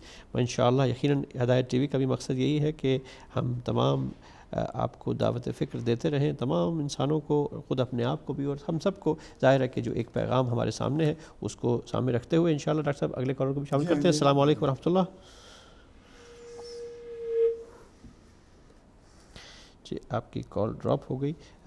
ہم آپ کے کال کو انشاءاللہ ضرور لیں گے. اگر آپ دوبارہ کال کریں تو سوال آپ کے سامنے ہے ہماری آپ کی اسکرین پر کہ کیا اللہ سبحانہ و تعالی جس کی معرفت ہمیں حاصل کرنا ہے اور ان کے نمائندوں جو اس کے ہادی ہیں انہی کے ذریعے ہی حاصل کی جا سکتی ہے، تو کیا ان ہادیوں، ان نمائندوں کو انسان اپنی عقل کے ذریعے، اپنے اجماع اور قیاس کے ذریعے سے متعین منتخب کر سکتا ہے یا پھر کوئی اور سلسلہ ہونا چاہیے؟ اگلے کالر کو شامل کرتے ہیں. السلام علیکم ورحمۃ اللہ. السلام علیکم یا علی مدد. وعلیکم السلام ورحمۃ اللہ. یا علی مدد. جی السلام علیکم، میں علی بول رہا ہوں اولڈم سے. جی علی کہاں سے؟ اولڈم سے. اولڈم سے. جی میرے بھائی. اولڈم مانچسٹر. سر میرا ایک سوال تھا، یہ مولانا صاحب بیٹھے، میں کنفیوز ہوں تھوڑا سا. بسم اللہ سوال کیجیے. جی جی حضرت غازی عباس کی زوجہ کا کیا نام ہے؟ حضرت ہلو جی جی ان کی زوجہ کا نام. جی ان کا اس میں گرامی کیا ہے؟ چلو ٹھیک ہے. دیکھیں اگر انشاءاللہ ٹائم لگا تو ہم اس پہ آئیں گے، لیکن ہم چاہتے ہیں کہ اس ہمارے پروگرام کے ٹاپک کی صحیح مربوط سوالات اگر آپ کریں تو یقیناً بہت بہتر ہوگا. آج شام 4 بجے کے بعد جو پروگرام لگتا ہے کیجئے سوال، وہ یقیناً بالکل اسی لیے ترتیب دیا گیا ہے کہ جس میں علماء کرام تشریف فرما ہوتے ہیں اور آپ کے جتنے بھی متفرق سوالات ہوتے ہیں، ہر طرح کے جس انداز سے بھی آپ سوال کرنا چاہیں ان سب کو وہ یقیناً ان کے سوالات کو لے کر کے آپ کو جوابات دیتے ہیں. کوئی ایک خاص ٹاپک نہیں رہتا، آپ کو ایک بالکل کھلے عام دعوت ہوتی ہے، تو اس میں یقیناً اگر آپ سوال کریں تو یقیناً بہتر رہے گا. انشاءاللہ اگلے کال کی جانب بڑھتے ہیں. السلام علیکم ورحمۃ اللہ. وعلیکم السلام جناب، اور ڈاکٹر صاحب کو بھی مؤدبانہ سلام. وعلیکم السلام جناب. تمام ارباب کو بھی سلام. وعلیکم السلام جناب. خادم حسین صاحب مانچسٹر سے. السلام علیکم ورحمۃ اللہ وبرکاتہ. جی حسب عادت اگر کوئی ناعلم انسان سے غلطی ہو جائے تو پلیز اس کو معاف کیجیے گا، کیونکہ میں تو صرف مطالعے سے بات کرتا ہوں، علم تو نہیں ہے. تو جو بہرحال اگر کوئی غلطی ہو جائے تو پلیز درگزر کریں. تو آپ کا سوال بہت زبردست سوال ہے، اور اسی سوال کی وجہ سے ہم تقسیم ہوئے. ہم نے نہ رسول کو مانا ہے اور نہ ہی قرآن کو مانا ہے. رسول اکرم صلی اللہ علیہ وسلم نے وحی کے تحت دعوت ذوالعشیرہ میں ایک دعوت دی کہ یہ طریقہ انتخاب ہوگا، اور وہ اسلام کی سب سے پہلی دعوت تھی اور وہ وحی کے ذریعے سے تھی. اور پھر پورے قرآن مجید فرقان حمید میں جہاں بھی انتخاب الہیہ کا ذکر ہے وہاں پر یہی انبیاء مرسلین کی دعائیں رہی ہیں، وجعل لی، کہ تو بنا. قال رب اشرح لی وصدری ویسر لی امری واحلل عقدۃ من لسانی واجعل لی وزیرا من اہلی ہارون اخی. قل بسم اللہ الرحمن الرحیم. قل سورہ بنی اسرائیل. قل رب ادخلنی مدخل صدق واخرجنی مخرج صدق واجعل لی من لدنک سلطانا نصیرا. تو اسی طرح حضرت ابراہیم نے بھی قال بسم اللہ الرحمن الرحیم قال انی جاعلک للناس اماما قال من ذریتی قال لا ینال عہد الظالمین. تو جہاں بھی قرآن مجید میں فرقان حمید میں آیا ہے وہ انبیاء نے اپنے خدا سے مانگا ہے. کسی جگہ بھی 1,24,000 انبیاء نے اپنا نائب اپنی مرضی سے منتخب نہیں کیا، جو کہ ویل ڈاکومنٹڈ ہے. لیکن دنیا نے قیاس کو لے لیا، جو کہ علماء مفسرین نے کہا ہے کہ یہ، اور امام جعفر صادق علیہ السلام نے بھی امام ابو حنیفہ کو کہا تھا کہ رجل کہ تم شیطانی عمل کر رہا ہے اور تم شیطان کا سنت کر رہا ہے. اس نے سب سے پہلے قیاس کو اپنایا تھا کہ جب اس نے کہا تھا کہ میں آگ سے بنایا ہوں اور تم مٹی سے، لیکن اس نے امر خدا کو نگلیکٹ کیا. تو صرف ختم کرنے سے پہلے یہ کہنا چاہتا ہوں کہ کوئی بھی روایت، جھوٹی سے جھوٹی روایت کسی کتاب میں نہیں ملتی کہ کسی انبیاء نے یہ کہا ہو کہ یہ میرا نمائندہ ہے، بلکہ انہوں نے یہی کہا ہے کہ یہ حضرت ہارون کے لیے بھی قرآن مجید کی سورہ شورا میں اور سورہ توحہ میں سورہ توحہ کی آیت نمبر 24 کی تلاوت کی ہے. تو یہ تمام آیات مبارکہ جو ہیں وہ ذالک الکتاب لا ریب فیہ کے تحت آتی ہے. اور اگر قرآن پر ایمان نہیں ہے تو پھر وہ کافر ہے اور اس کا ایمان جو ہے وہ غلط ہے. تو اس لیے نائب رسول ہونا یہ نص ہے، نص رسول، نص خدا بھی ہے اور سنت نبوی بھی ہے. اور اس کے علاوہ اگر کوئی اپنی مرضی سے بنا ہے تو وہ شریعت محمدیہ میں نہیں ہے، وہ قیاس کی پیداوار ہے. جزاکم اللہ خیر جزا، فی امان اللہ. ماشاءاللہ، بہت ہی خوبصورت گفتگو، اور یقیناً آپ نے بھی اس میں پروگرام میں حصہ لیا. اللہ تعالیٰ آپ کو جزائے خیر عطا فرمائے. اور سوال کے جواب میں آپ نے بہت سارے ایسے پہلوؤں کی طرف بھی اشارہ کیا جس پر ہم بھی انشاءاللہ گفتگو کریں گے مزید، اور ناظرین کو بھی آپ نے متوجہ کیا. ڈاکٹر صاحب، آپ نے دیکھا کہ 2-3 کالز جو پہلی تھی ہماری اسی سلسلے میں تھی. اور سب سے پہلے اگر ہمارے اپنے پہلے جو ہمارے ننے کالر ہیں غیور عباس، انہوں نے جو گفتگو فرمائی کچھ تھوڑی سی، اور اس کے بعد جو سوال یہ کیا کہ اس پر ہم تھوڑی سی گفتگو اپنے خبروں کے سیکشن میں بھی کریں گے انشاءاللہ اگر ہمیں موقع ملا تو، کہ جو پروردگار نے، اللہ تعالیٰ نے انسان کو تخلیق کیا جب کچھ نہیں تھا تو اللہ تعالیٰ کی ذات تھی یقیناً. تو پھر آج بھی کچھ ایسا سلسلہ نظر آ رہا ہے کہ جو اللہ کے نمائندوں کو، جو صحیح سچے اور اصل نمائندے ہیں ان کو ماننے والے ہیں، ان کا وہ آج بھی مظلوم ہیں. ان پر آج بھی قتل و غارت کا، ظلم و تشدد کا ایک سلسلہ دنیا بھر کے مختلف ممالک میں اگر آپ دیکھیں، نظر دوڑائیں تو جو مذہب اہل بیت کے ماننے والے ہیں ان پر مظالم جو ہیں وہ ہمیشہ سے کیے جا رہے ہیں، اور آج تک یہ سلسلہ جاری ہے اور یہ کہیں رکتا نظر نہیں آتا. تو کیا سبب ہو سکتا ہے اس کے پیچھے کہ اب صرف اس بنیاد پر بھی کہ اگر صحیح نمائندوں کو اگر ماننا شروع کر دیا جائے تو پھر اس پر بھی جو باقی جو ظاہر ہے کہ ایسی سوچ رکھنے والے افراد ہیں ان کو اس پر بھی کافی زیادہ کچھ تکلیف دہ مرحلہ ہے ان کے لیے؟ بسم اللہ الرحمن الرحیم. اس لیے کہ اللہ نے کہا جو میرا نمائندہ ہوگا وہ ہوگا جس کو تم حقیقتاً پہچان سکو گے کہ یہی حق پہ ہے. اور کہا کہ دیکھو تم میں سے جو نمائندہ ہوگا وہ تم جیسا ہوگا، ہمارا جو نمائندہ ہوگا ساری کائنات میں، ساری امت میں سب سے افضل ہوگا، سب سے افضل ہوگا، میرا نمائندہ جو ہوگا وہ تم میں سب سے افضل ہوگا۔ اور اسی لیے سب سے پہلے کہا کہ اس کو میں نے معصوم بنایا۔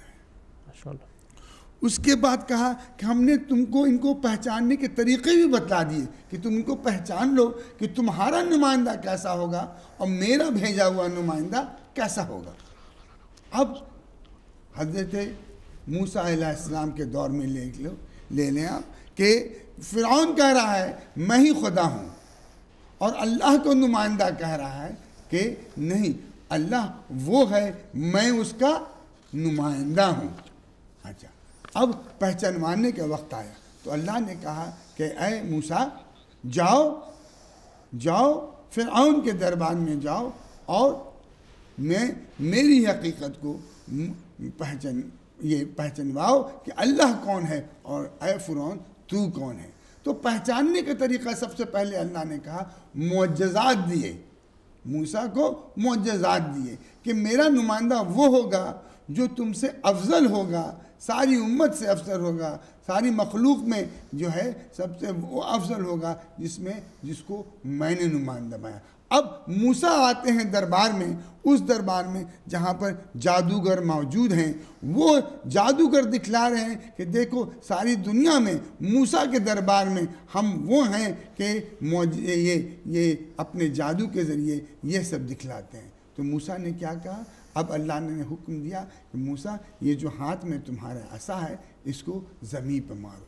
اب اللہ نے یہ بتلا دیا کہ دیکھو میرا نمائندہ ہوگا وہ معجزات کے ساتھ آئے گا، خواہ وہ نبی ہو، پیغمبر ہو، رسول ہو یا امام ہو، جب وہ آئے گا تو وہ آراستہ ہوگا ان خوبیوں سے۔ آپ میرے خیال میں آپ کے یہاں شاید ایک سوال، ایک کالر جیسے انتظار کر رہے ہیں گلگت پاکستان سے، اصغر بھائی السلام علیکم ورحمۃ اللہ۔ ہلو، السلام علیکم۔ وعلیکم السلام ورحمۃ اللہ۔ آقا صاحب، میرا ایک سوال یہ تھا کہ اس دن تھوڑا ٹاپک سے ہٹکے ہے لیکن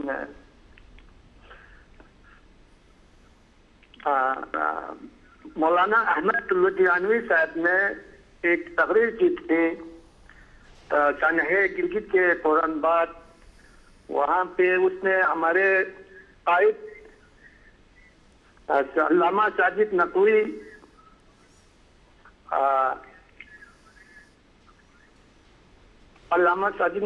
کو چیلنج کیا تھا کہ جس دربار میں بھی آ جائیں وہاں پہ چیف جسٹس ہوگا، صدر ہوگا، شیخ کافر ہیں، میں ثابت کروں گا، لہذا مجھے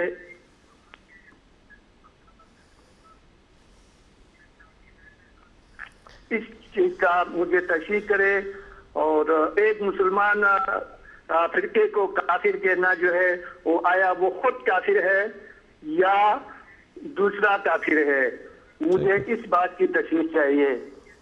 ٹھیک ہے، بہت شکریہ آپ کا، آپ نے کال کی، اور ہمارے جو سوال جس کا ڈاکٹر صاحب جواب دے رہے تھے اسی سے تھوڑا سا میں سمجھتا ہوں کہ مربوط بھی ہے کہ جہاں ظلم و تشدد کیا جاتا ہے مذہب اہل بیت کے ماننے والوں پر، وہاں ظاہر ہے کہ طرح طرح کے الزامات لگا کے اس کو اپنی طرف سے جسٹیفائی بھی کیا جاتا ہے۔ تو ڈاکٹر صاحب اس میں کیا آپ نے جو سوال سنا ہمارے بھائی کا کہ یہ جو آپ گفتگو فرما رہے تھے اسی میں اگر اس کو بھی شامل کر لیں، اس کا جو ایک محرک ہے وہ یہ بھی ہے کہ ایک بالعموم ایک اس فضا کو پھیلانے کی کوشش کی جاتی ہے کہ ظاہر ہے کہ ہر طرح کے الزامات کے ساتھ اور بے بنیاد الزامات کے ساتھ۔ بسم اللہ کیجیے۔ دیکھیں، جب جو دعویٰ کرتا ہے کہ میں وقت کا خلیفہ ہوں، میں وقت کا امام ہوں، میں وقت کا یہ پیغمبری کا دعویٰ کرتا ہے، رسالت کا دعویٰ کرتا ہے، اور ہر دور میں ایسے لوگ آئے ہیں، آج بھی آئے ہیں، کل بھی آنے والے ہیں، ایسی کوئی نئی بات نہیں, یہ تو انسان کی فطرت ہے. تو اللہ نے جیسا کہ میں نے کہا دعویٰ کر رہا تھا کون؟ فرعون دعویٰ کر رہا تھا. اس گفتگو کو جاری رکھتے ہوئے اللہ نے کہا اے موسیٰ جاؤ. موسیٰ پر بنی اسرائیل پر فرعون کیا کر رہا تھا؟ جو ابھی آپ نے بتایا, دہشت گردی تھی, ظلم و ستم ہو رہا تھا, گھر سے بچے اسنیچ کیے جا رہے تھے. آج بھی بچوں کو مارا جا رہا ہے اس لیے کہ وہ یہ فلاں یہ اسلام کے دائرے میں رہتے ہوئے فلاں کو ماننے والے ہیں, ان کا دین حق پر ان کا کیا اعتقاد ہے, یہ سب پہلے بھی چل رہا تھا. تو اللہ نے کیا کہا؟ اب معجزات سے پہچانا کہ میرا نمائندہ ہوگا وہ کیا ہوگا کہ ان کے تمام امت سے افضل ہوگا, ان کے علم میں سب سے افضل ہوگا, کمالات میں سب سے افضل ہوگا, عمل میں سب سے افضل ہوگا, عقل و شعور کے دائرے میں سب سے افضل ہوگا. جب یہ ہوگا تب اللہ نے کہا یہ ہمارا نمائندہ ہوگا, اس لیے کہ میں نے اس کو بھیجا ہے. جو سب سے لائق ہوتا ہے اسی کو بادشاہ جو ہے, کوئی ملک جو ہے, ممالک جو ہیں اپنے سفیر کو جو لائق ہوتا ہے اسی کو بنا کر بھیج دیتے ہیں. کسی کو یہ پیسے کے زور پر نہیں بنتا ہے اگر صحیح ہے. تو اللہ نے ہمیں کہا کہ اس کو پہچانوائیں گے کہ وہ کس طرح کا ہوگا. اب اللہ نے کہا اس کے صفات سے پہچانوائے بھی جائیں گے, اس کے عقل و علم سے پہچانوائے جائیں گے. تو پتہ چلا کہ پیمانہ کیا ہے, ترازو کیا ہے, یہ کیا معیار کیا ہے, وہ ہے علم سے ہے.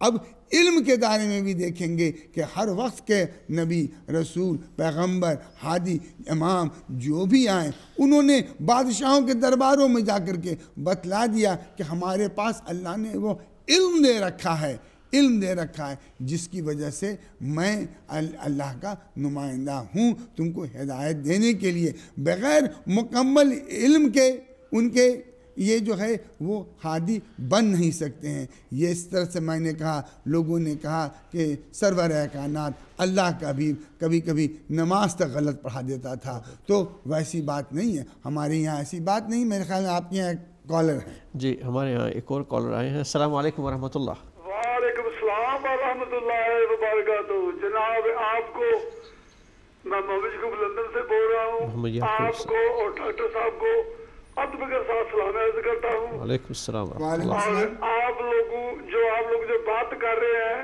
یہ اللہ تعالیٰ کا نمائندہ اللہ تعالیٰ کی طرف سے ہی ہوتا ہے. اس میں کوئی شک نہیں کہ اس کے پاس علم لادونی ہوتا ہے اور وہ معجزہ لے کر آتا ہے اور ہر زمانے میں ہے. اللہ تعالیٰ کا بندہ ہے, ہر زمانے میں ہے, وہ چھپ نہیں سکتا کیونکہ اس کے پاس علم ہوتا ہے, معجزہ ہوتا ہے اور وہ سچائی میں سب سے افضل ہوتا ہے, علم میں سب سے افضل ہوتا ہے اور اللہ کی طرف سے ہی ہوتا ہے. اس کو کوئی نمائندہ نہیں بنا سکتا. جو دنیا کا نمائندہ ہے وہ اللہ تعالیٰ کے نمائندے کی طرح نہیں ہو سکتا کیونکہ نہ اس کے پاس علم لادونی ہوتا ہے, نہ وہ جھوٹ میں اور سچ میں اور اس طرح کی باتوں میں افضل ہوتا ہے. یہ صرف اللہ تعالیٰ کا ہی نمائندہ دنیا کو ہولڈ کر سکتا ہے اور اسی کی وجہ سے انشاءاللہ تعالیٰ دنیا چل رہی ہے. آپ کو ادب کے ساتھ سلام عرض کرتا ہوں اور آپ کی گفتگو کو بڑے غور سے سن رہا ہوں اور آپ کا شکریہ ادا کرنے کے لیے میں نے ٹیلی فون کیا. اللہ حافظ جناب. ماشاءاللہ, بہت شکریہ ہمارے بھائی جناب محمد یعقوب صاحب. آپ ہمیشہ کی طرح ہدایت ٹی وی کی نشریات کو سراہتے ہیں اور ہدایت ٹی وی کو اپنی دعاؤں میں یاد رکھتے ہیں. ہم انشاءاللہ اللہ تعالیٰ آپ کو جزائے خیر عطا فرمائے. ہمارے ساتھ اگلے کالر بھی شامل ہیں. السلام علیکم ورحمۃ اللہ. وعلیکم السلام ورحمۃ اللہ. ہیلو جی میرے بھائی, آپ کا نام اور کہاں سے کال کر رہے ہیں؟ جی سر, میرا نام محمد علی ہے, میں لندن سے بول رہا ہوں. محمد علی جی. ڈاکٹر صاحب کو بھی السلام علیکم. وعلیکم السلام ورحمۃ اللہ. ماشاءاللہ بہت اچھا ٹاپک ہے. اپنا سنڈے کا دن ہے, باہر بارش بھی ہو رہی ہے, کپ چائے کا بنا کے رکھیں سامنے تو ماشاءاللہ علم مل رہا ہے آپ سے, تو بہت اچھا پروگرام چل رہا ہے. تو میں یہ کہہ رہا ہوں کہ ڈاکٹر صاحب سے بھی ایک تجویز ہی لینی ہے کہ اگر وہ اس کے اوپر اتفاق کرتے ہوں. سب سے پہلے تو میرا خیال ہے کہ ڈاکٹر صاحب ہم کو کوشش یہ کرنی چاہیے کہ نبی پاک صلی اللہ علیہ وآلہ وسلم نے جس چیز کے لیے کوشش کی کہ ہم ان کی جو شریعت وہ ہم پہ چھوڑ کے گئے ہیں، چاہے ہم مل کے کریں، چاہے جس طرح جتنی بھی پوری مسلم امہ ہے، پہلے تو ہم کو رسول اللہ صلی اللہ علیہ وسلم کی شریعت کو نافذ کرنا پڑے گا دنیا کے اندر، کسی بھی کونے، پاکستان لے لیں جی ہاں، تو وہاں سے جب ہم شریعت قائم کر لیں گے، پھر اس کا لا اینڈ آرڈر ہوگا، جو باتیں ہیں، جب اس کے بعد پھر یہ جو ہمارے اختلاف آتے ہیں یہ بیوٹیفل ہیں. بیوٹیفل سے مراد ہے کہ ہم اس سے حاصل کرنا چاہتے ہیں آنے والی نسلوں کے لیے کہ ہم نے پیچھے کیا چھوڑا، ہم نے پیچھے کیا غلطیاں کی ہیں، ہماری وجہ سے، ہماری غلطیوں کی وجہ سے اسلام کو کتنا ڈیمیج ہوا. اب ہم ان غلطیوں کو نہ دہرائیں. اب بھیا ہم نے رسول اللہ صلی اللہ علیہ وسلم جو ہمارے پاس دین چھوڑ کے گئے ہیں، ہم نے اس کو آگے لے کے چلنا ہے. تو اس کے لیے سب سے پہلے ہمیں جو کوشش کرنی پڑے گی، ہم کو کسی بھی کنٹری کے اندر، مسلم کنٹری کے اندر شریعت نافذ کر کے وہاں پہ بیٹھ کے، اور یہ جو ہمارے ابھی مختلف چینلز ہیں، ہم سنی حضرات کے پاس چلے جائیں، وہ اپنی بکس کھول کے بیٹھے ہوئے ہیں، اہل تشیع کے بھائیوں کے پاس آ جائیں، وہ اپنی بیٹھے، مختلف کے ہر فرقہ جو ہیں اپنی اپنی رہے، لیکن ان کا ایک جگہ پہ بیٹھنا جو ہے نا وہ امت کے لیے اچھا ہوگا کہ وہ سب ایک جگہ پہ بیٹھیں، اجماع کریں اور اپنے اپنے اختلافات ٹیبل کے اوپر بیٹھ کے بڑی خوبصورتی کے ساتھ اس وقت ان کو ہم اٹھائیں جب تک ہم پہلے ایک وعدہ کر لیں کہ جب تک ہم ان مسئلوں کو نہیں چھیڑیں گے، جب تک ہم شریعت محمدی قائم نہیں کریں گے. پھر اس پودے کے نیچے پھر دیکھنا کہ الحمدللہ ساتھ ساتھ امت کو ساتھ ساتھ لے کے آگے بھی چلیں گے، اور ساتھ ساتھ ہمارے جو اختلافات ہیں اس کو بھی ساتھ ساتھ ہم سولو کرتے جائیں گے. تو اس کی گائیڈ لائن جو ہے نا ڈاکٹر صاحب اگر مجھ سے بہتر جانتے ہیں ماشاءاللہ، اگر کوئی گائیڈ لائن دیں امت کو کہ ہم ان چیزوں کو کس طرح ہم سولو کر سکتے ہیں، ہم آنے والی نسلوں کو کس طرح وہ امت کو لے کے آگے چلنے کی ان کو جھنڈا دے سکتے کہ یہ لو ہم نے اپنا کام کیا، اب تمہارا کام ہے امت کو آگے لے کے چلو. تو اس کے لیے کوئی گائیڈ لائن ہے ڈاکٹر صاحب کے پاس تو پلیز فرمائیں. ٹھیک، بہت شکریہ محمد علی صاحب، آپ نے لندن سے فون کیا اور آپ کا سوال انتہائی مناسب اور بہترین سوال ہمارے اس ٹاپک سے مربوط، کہ ظاہر ہے کہ آپ نے فرمایا کہ ہمیں امت محمدی صلی اللہ علیہ وآلہ وسلم کے ناطے ہمیں شریعت محمد رسول اللہ صلی اللہ علیہ وسلم کو نافذ کرنا ہے. تو ظاہر ہے کہ سب سے پہلے سوال یہی ہے کہ جو بحث ہے وہ یہی ہے ظاہر ہے کہ مسلمانوں میں کہ ہر کوئی یہ کہے گا کہ بھئی جو ہمارے پاس جو شریعت ہے یہ وہ والی صحیح والی ہے. تو سب سے پہلے تو ہمیں یہ دیکھنا ہوگا کہ کیا یہ کہاں سے، کس راستے سے ہم تک پہنچی، کیا یہ وہ ان افراد سے جو کہ خود ساختہ تھے یا کہ اللہ سبحانہ و تعالیٰ کے بنائے ہوئے اس کی طرف سے بھیجے ہوئے تھے. ہمارا آج کا سوال بھی اسی حوالے سے کہ کیا اللہ سبحانہ و تعالیٰ کا نمائندہ جو ہے، کیا اجماع اور قیاس جو کہ انسان کے آپس کی ذہن کی کچھ کوششیں ہیں ان سے منتخب کیا جا سکتا ہے، یا کہ اللہ سبحانہ و تعالیٰ جب اپنی معرفت عطا کرنا چاہے تو پھر وہ کیا اپنے نمائندے کو خود بنا کر کے بھیجے گا جو اس علم کا مالک ہوگا جو اللہ تعالیٰ نے اسے عطا کیا ہے، نہ یہ کہ دنیا میں اپنی چھوٹی موٹی عقل کے ساتھ جو اس نے کچھ حاصل کیا. ظاہر ہے کہ اس پر توجہ دینی ہے ہمیں، اور آپ کا سوال بھی بہت ہی مربوط ہے، اس پر انشاءاللہ ہم گفتگو کر رہے ہیں. لیکن تھوڑا سا ڈاکٹر صاحب کی طرف بڑھتے ہوئے کہ آپ نے بھی فرمایا اور ہمارے چھوٹے ایک بھائی نے بھی فون کیا، اور اس کے بعد جناب خادم حسین صاحب نے بڑا اچھے کچھ سوالات رکھے، ان کی طرف ہم چاہیں گے کہ توجہ دلائیں آپ کی بھی، اور جو آج کے ہمارے پروگرام سے بہت زیادہ مربوط ہے. ڈاکٹر صاحب اگلے کالر کو بھی شامل کر لیتے ہیں آپ کی اجازت سے. السلام علیکم ورحمۃ اللہ. جی میں انڈیا گجرات سے بول رہا ہوں. انڈیا گجرات سے. میرا سوال ہے اپنے صدقہ مسلمان کو دے سکتے ہیں؟ کس کا صدقہ؟ اور دوسرا سوال میری ماں ہاسپٹل میں بیمار ہے تو اس کے دعا کے لیے میں نے فون کیا ہے. ٹھیک ہے. اچھا، اور میں اور نعرہ لگانا چاہتا ہوں، ماں فاطمہ سلام اللہ علیہا باواز بلند نعرے پنجے تنی صلوات. اللہم صلی علی محمد و آل محمد. یقیناً اللہ تعالیٰ آپ کو جزائے خیر عطا فرمائے، اور آپ نے ڈاکٹر صاحب ان کی والدہ کے لیے دعا فرما دیجئے، اور انہیں وہ شافی ہے، شفاعت عطا فرمائے، صحت و تندرست عطا فرمائے، اور جلد از جلد وہ باصحت ہو جائیں صدق محمد آل محمد کے. جو پہلے بول رہے تھے کہ اتفاق اور اتحاد کی بات کر رہے تھے، بہت اچھی بات تھی ہے، اور وہ کہہ رہے تھے کہ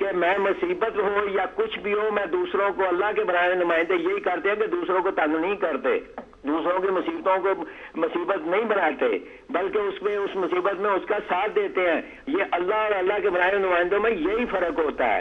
تو میں یہ گزارش کروں گا اپنے بھائی محمد علی صاحب سے بھی کہ آپ کا جذبہ ماشاءاللہ بہت بہترین ہے, ہم اس کو پسند کرتے ہیں, لیکن خدا را کبھی اتنا بھی کہہ دیا کرو کہ انصاف بھی کوئی چیز ہے, انصاف بھی کیا کرو کہ ہمارا قصور یہ اتنا ہی ہے نا, ہم نے کسی کے سینے پہ ہاتھ کبھی نہیں مارا, ہم نے اپنے سینے پہ ہاتھ مارا اور کہا لبیک یا حسین, یہ درد ہمارے سینے میں ہے, کسی دوسرے پہ نہیں ہوتا. تو یہ کہاں کا انصاف ہے, یہ کہاں کی باتیں ہیں, یہ کہاں کے اللہ کے نمائندے, مجھے ثابت کر کے بتائیں کہ کس اللہ کے نمائندے نے کہا ہے کہ معصوم آدمی کو پکڑ لو اور اس کو مارو, اس کو قتل کرو اور کہو کہ تم نے لبیک یا حسین کا اس لیے تو قتل کا واجب ہے. کیا لبیک یا حسین کہنا جو ہے یہ گناہ ہے؟ لبیک یا حسین تو اس وقت انہوں نے کہا تھا جو 72 تھے اور 30,000 ایک طرف سے مارنے والے, لیکن پھر بھی وہ چکے نہیں, اور آج 1400 سال سے لبیک یا حسین آج بھی موجود ہے اور قیامت تک موجود رہے گا. لبیک یا حسین کہنے والا کا نمائندہ بھی موجود ہے اور آئے گا اور آ کے انصاف کرے گا اور بتائے گا کہ لبیک یا حسین کیا چیز تھی اور کیا طاقت رکھتا ہے. اور جن کے پاس نمائندے نہیں ہیں وہ تو اب بھی ڈھونڈتے پھر رہے ہیں, وہ کبھی کہہ رہے ہیں پیدا ہونا ہے, کبھی نہیں ہونا, کبھی ہے ہی نہیں ہے, کبھی کچھ نہیں ہے. ان کے پاس تو اب بھی نمائندہ نہیں ہے. ہم تو فخر سے کہتے ہیں ہمارے پاس اب بھی نمائندہ ہے. تھینک یو جی, مہربانی, شکریہ. بہت شکریہ جناب. ہمارے بھائی نقوی صاحب, آپ نے گلاسگو سے کال کی اور بہترین انداز میں آپ نے گفتگو فرمائی اور پروگرام میں حصہ لیا. اللہ تعالیٰ آپ کو جزائے خیر عطا فرمائے. ہمارے ساتھ صاحب اگلے کالر بھی شامل کیے دیتے ہیں, ان کو بھی پروگرام کے ساتھ ان کو لے کے بڑھتے ہیں آگے. السلام علیکم ورحمۃ اللہ. وعلیکم السلام اشتیاق بھائی اور ڈاکٹر صاحب, السلام علیکم یا علی مدد. وعلیکم السلام. عمران صاحب تاندلیاں والا سے. جی اشتیاق بھائی, ڈاکٹر محمد علی صاحب کو کہ لندن کی فضاؤں میں بیٹھ کر ایک براڈ مائنڈ سے بات کر رہے ہیں. میں پاکستان میں ایک پچھے ہوئے حالات میں جا کے شیعہ قوم بڑی مشکل میں ہے, ان کا نظریہ ٹھیک ہے, تھوڑا سا براڈ مائنڈ ہے, مگر میں یہ دیکھوں گا آج کے ٹاپک کو لے کر کہ ایک طرف قرآن ہے, ایک طرف قیاس ہے, ایک طرف قرآن والے ایک طرف قیاس والے. ہدایت ٹی وی پر قرآن والے بیٹھے ہیں اور وہ قیاس والوں کو دعوت بھی دیتے ہیں, آؤ ہمارے ساتھ بیٹھو اور کچھ بات کریں. مگر بات یہ کہ قیاس والے جب آئیں نا تو پھر کیا کریں؟ پھر ڈاکٹر صاحب امت کو کیا کہہ سکتے ہیں, یا اشتیاق صاحب کیا کہہ سکتے ہیں, یا ڈاکٹر محمد علی صاحب کیا کہہ سکتے ہیں؟ ٹھیک ہے, آج تو لوگ اس شیطان کی وکالت کرنے لگا جو کھلا دشمن ہے. ڈاکٹر صاحب بات کر رہے تھے, مگر ڈاکٹر صاحب آج کا انسان بھی فرعون اور نمرود بننے کی کوشش کرتا جا رہا ہے. قیاس سے نمائندہ ہرگز نہیں چنا جا سکتا کیونکہ ہمارے پاس قرآن و شریعت کا ضابطہ ابھی موجود ہے. ہم کتنی سازشوں کا شکار ہو جائیں, کتنے ہی کالم لکھ دیں, کتنی ہی شاعری لکھ لیں, مگر ہم کبھی بھی اس حقیقت سے انحراف نہیں کر سکتے کہ سورج نکلا ہوا ہے, کرنیں ٹوٹ رہی ہیں. آج بھی 1400 سال سے کربلا سے کرنیں اسلام کی آ رہی ہیں, جبکہ لوگ مہر ثبت ہو جانے کے بعد یہ کہتے پھر رہے ہیں کہ 23 سال مولا علی علیہ السلام نے بیعت کر کے صحابہ ثلاثہ کے پیچھے نماز پڑھتے رہے. ہدایت ٹی وی کے ہوتے ہوئے بھی روزانہ شیعہ قوم کے سوالات کے جواب دیتے ہوئے بھی آج لوگ قیاس سے بات کرتے ہیں, دیر چال کا شکار ہیں, جو سن لیا اس پر ڈٹ گئے. آج بھی لوگ وہی قیاس رائیاں کرتے ہوئے خود نما مذہب پر ڈٹ گئے اور اسی کی تبلیغ کر رہے ہیں. آج جب کہ لوگوں کو میڈیا پر اور انٹرنیٹ پر صاف دکھائی دے رہا ہے کہ سب سے بڑا اجتماع عاشورہ اور چیلم امام علی مقام علیہ السلام پر تقریباً 1.25 کروڑ سے زائد ہوتا ہے. اس ہٹ درمی پہ کہ سب سے بڑا اجتماع حج کا قیاس رائی کرتے ہوئے نہ چاہتے ہوئے بھی اپنے عرض کو دوسروں میں بتاتے ہیں. تاریخ میں قیاس رائیاں کرنے والوں نے نبی صلی اللہ علیہ وسلم کو قلم دینے سے انکار کر دیا, خود کار اور خود ساز شریعتوں شرائط کا نفاذ کر لیا.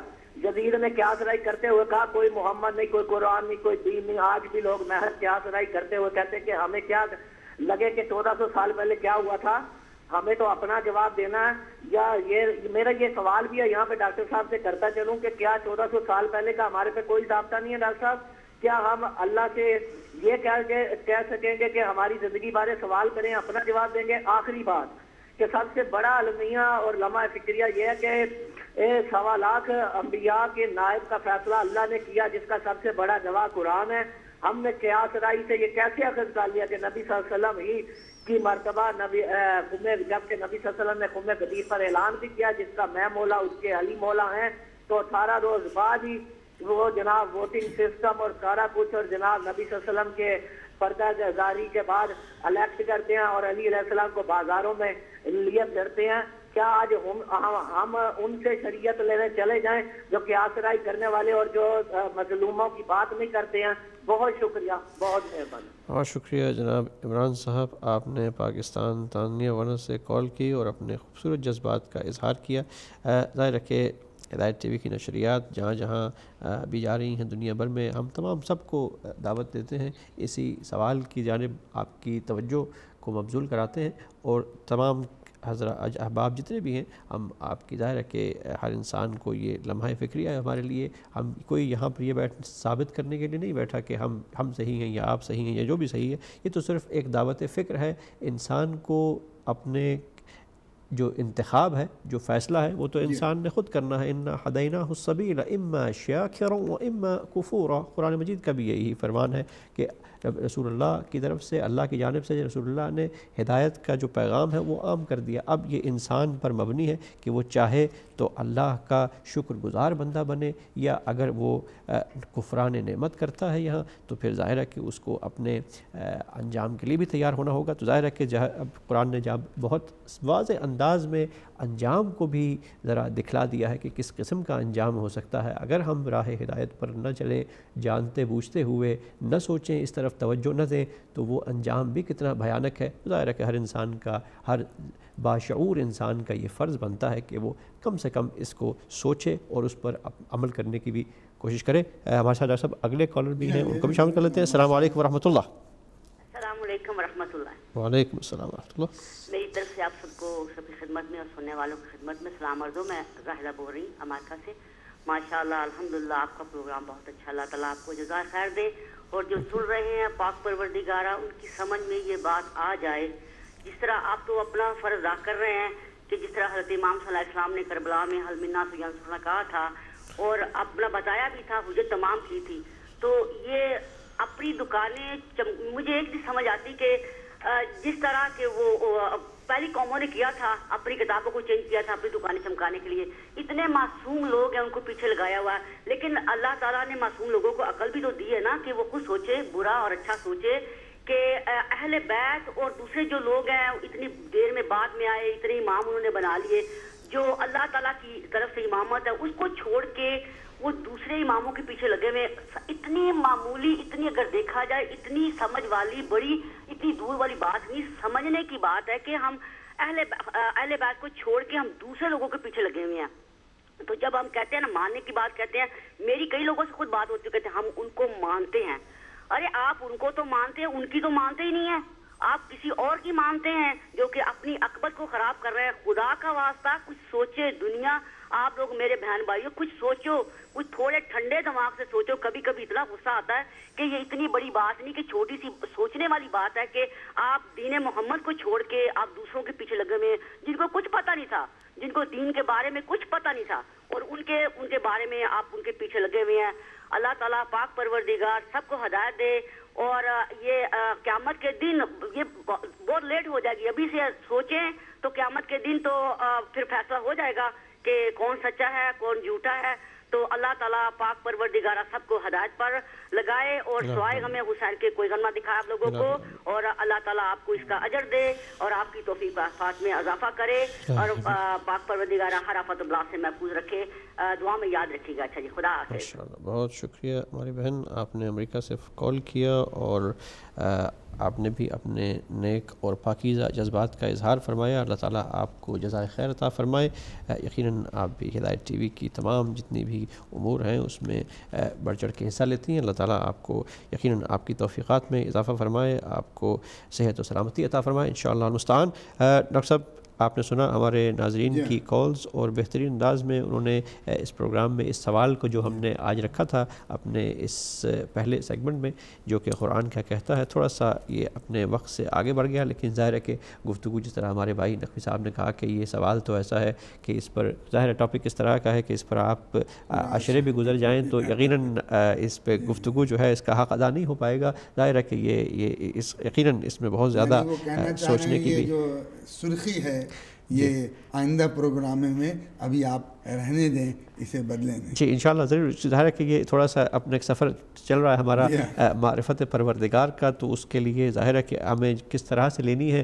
تو اب ہم جو اللہ کے بنائے ہوئے ہادی ہیں ان کی طرف اس جو ٹاپک ہے اس کی طرف تھوڑا تھوڑا بڑھیں گے، پھر اس کے بعد انشاءاللہ امامت کی جانب بھی آگے بڑھیں گے کہ بعد رسول اللہ کے، پھر اس کے بعد یہ جو ہدایت کا جو سامان ہے یہ کس کے ہاتھ میں ہے، پھر کون ہدایت کرے گا انسانوں کی، کیا پھر اس کے بعد پھر ہمارے جیسے انسان بیچ میں آ جائیں گے یا یہ بیچ میں کیا رہے گا اس میں.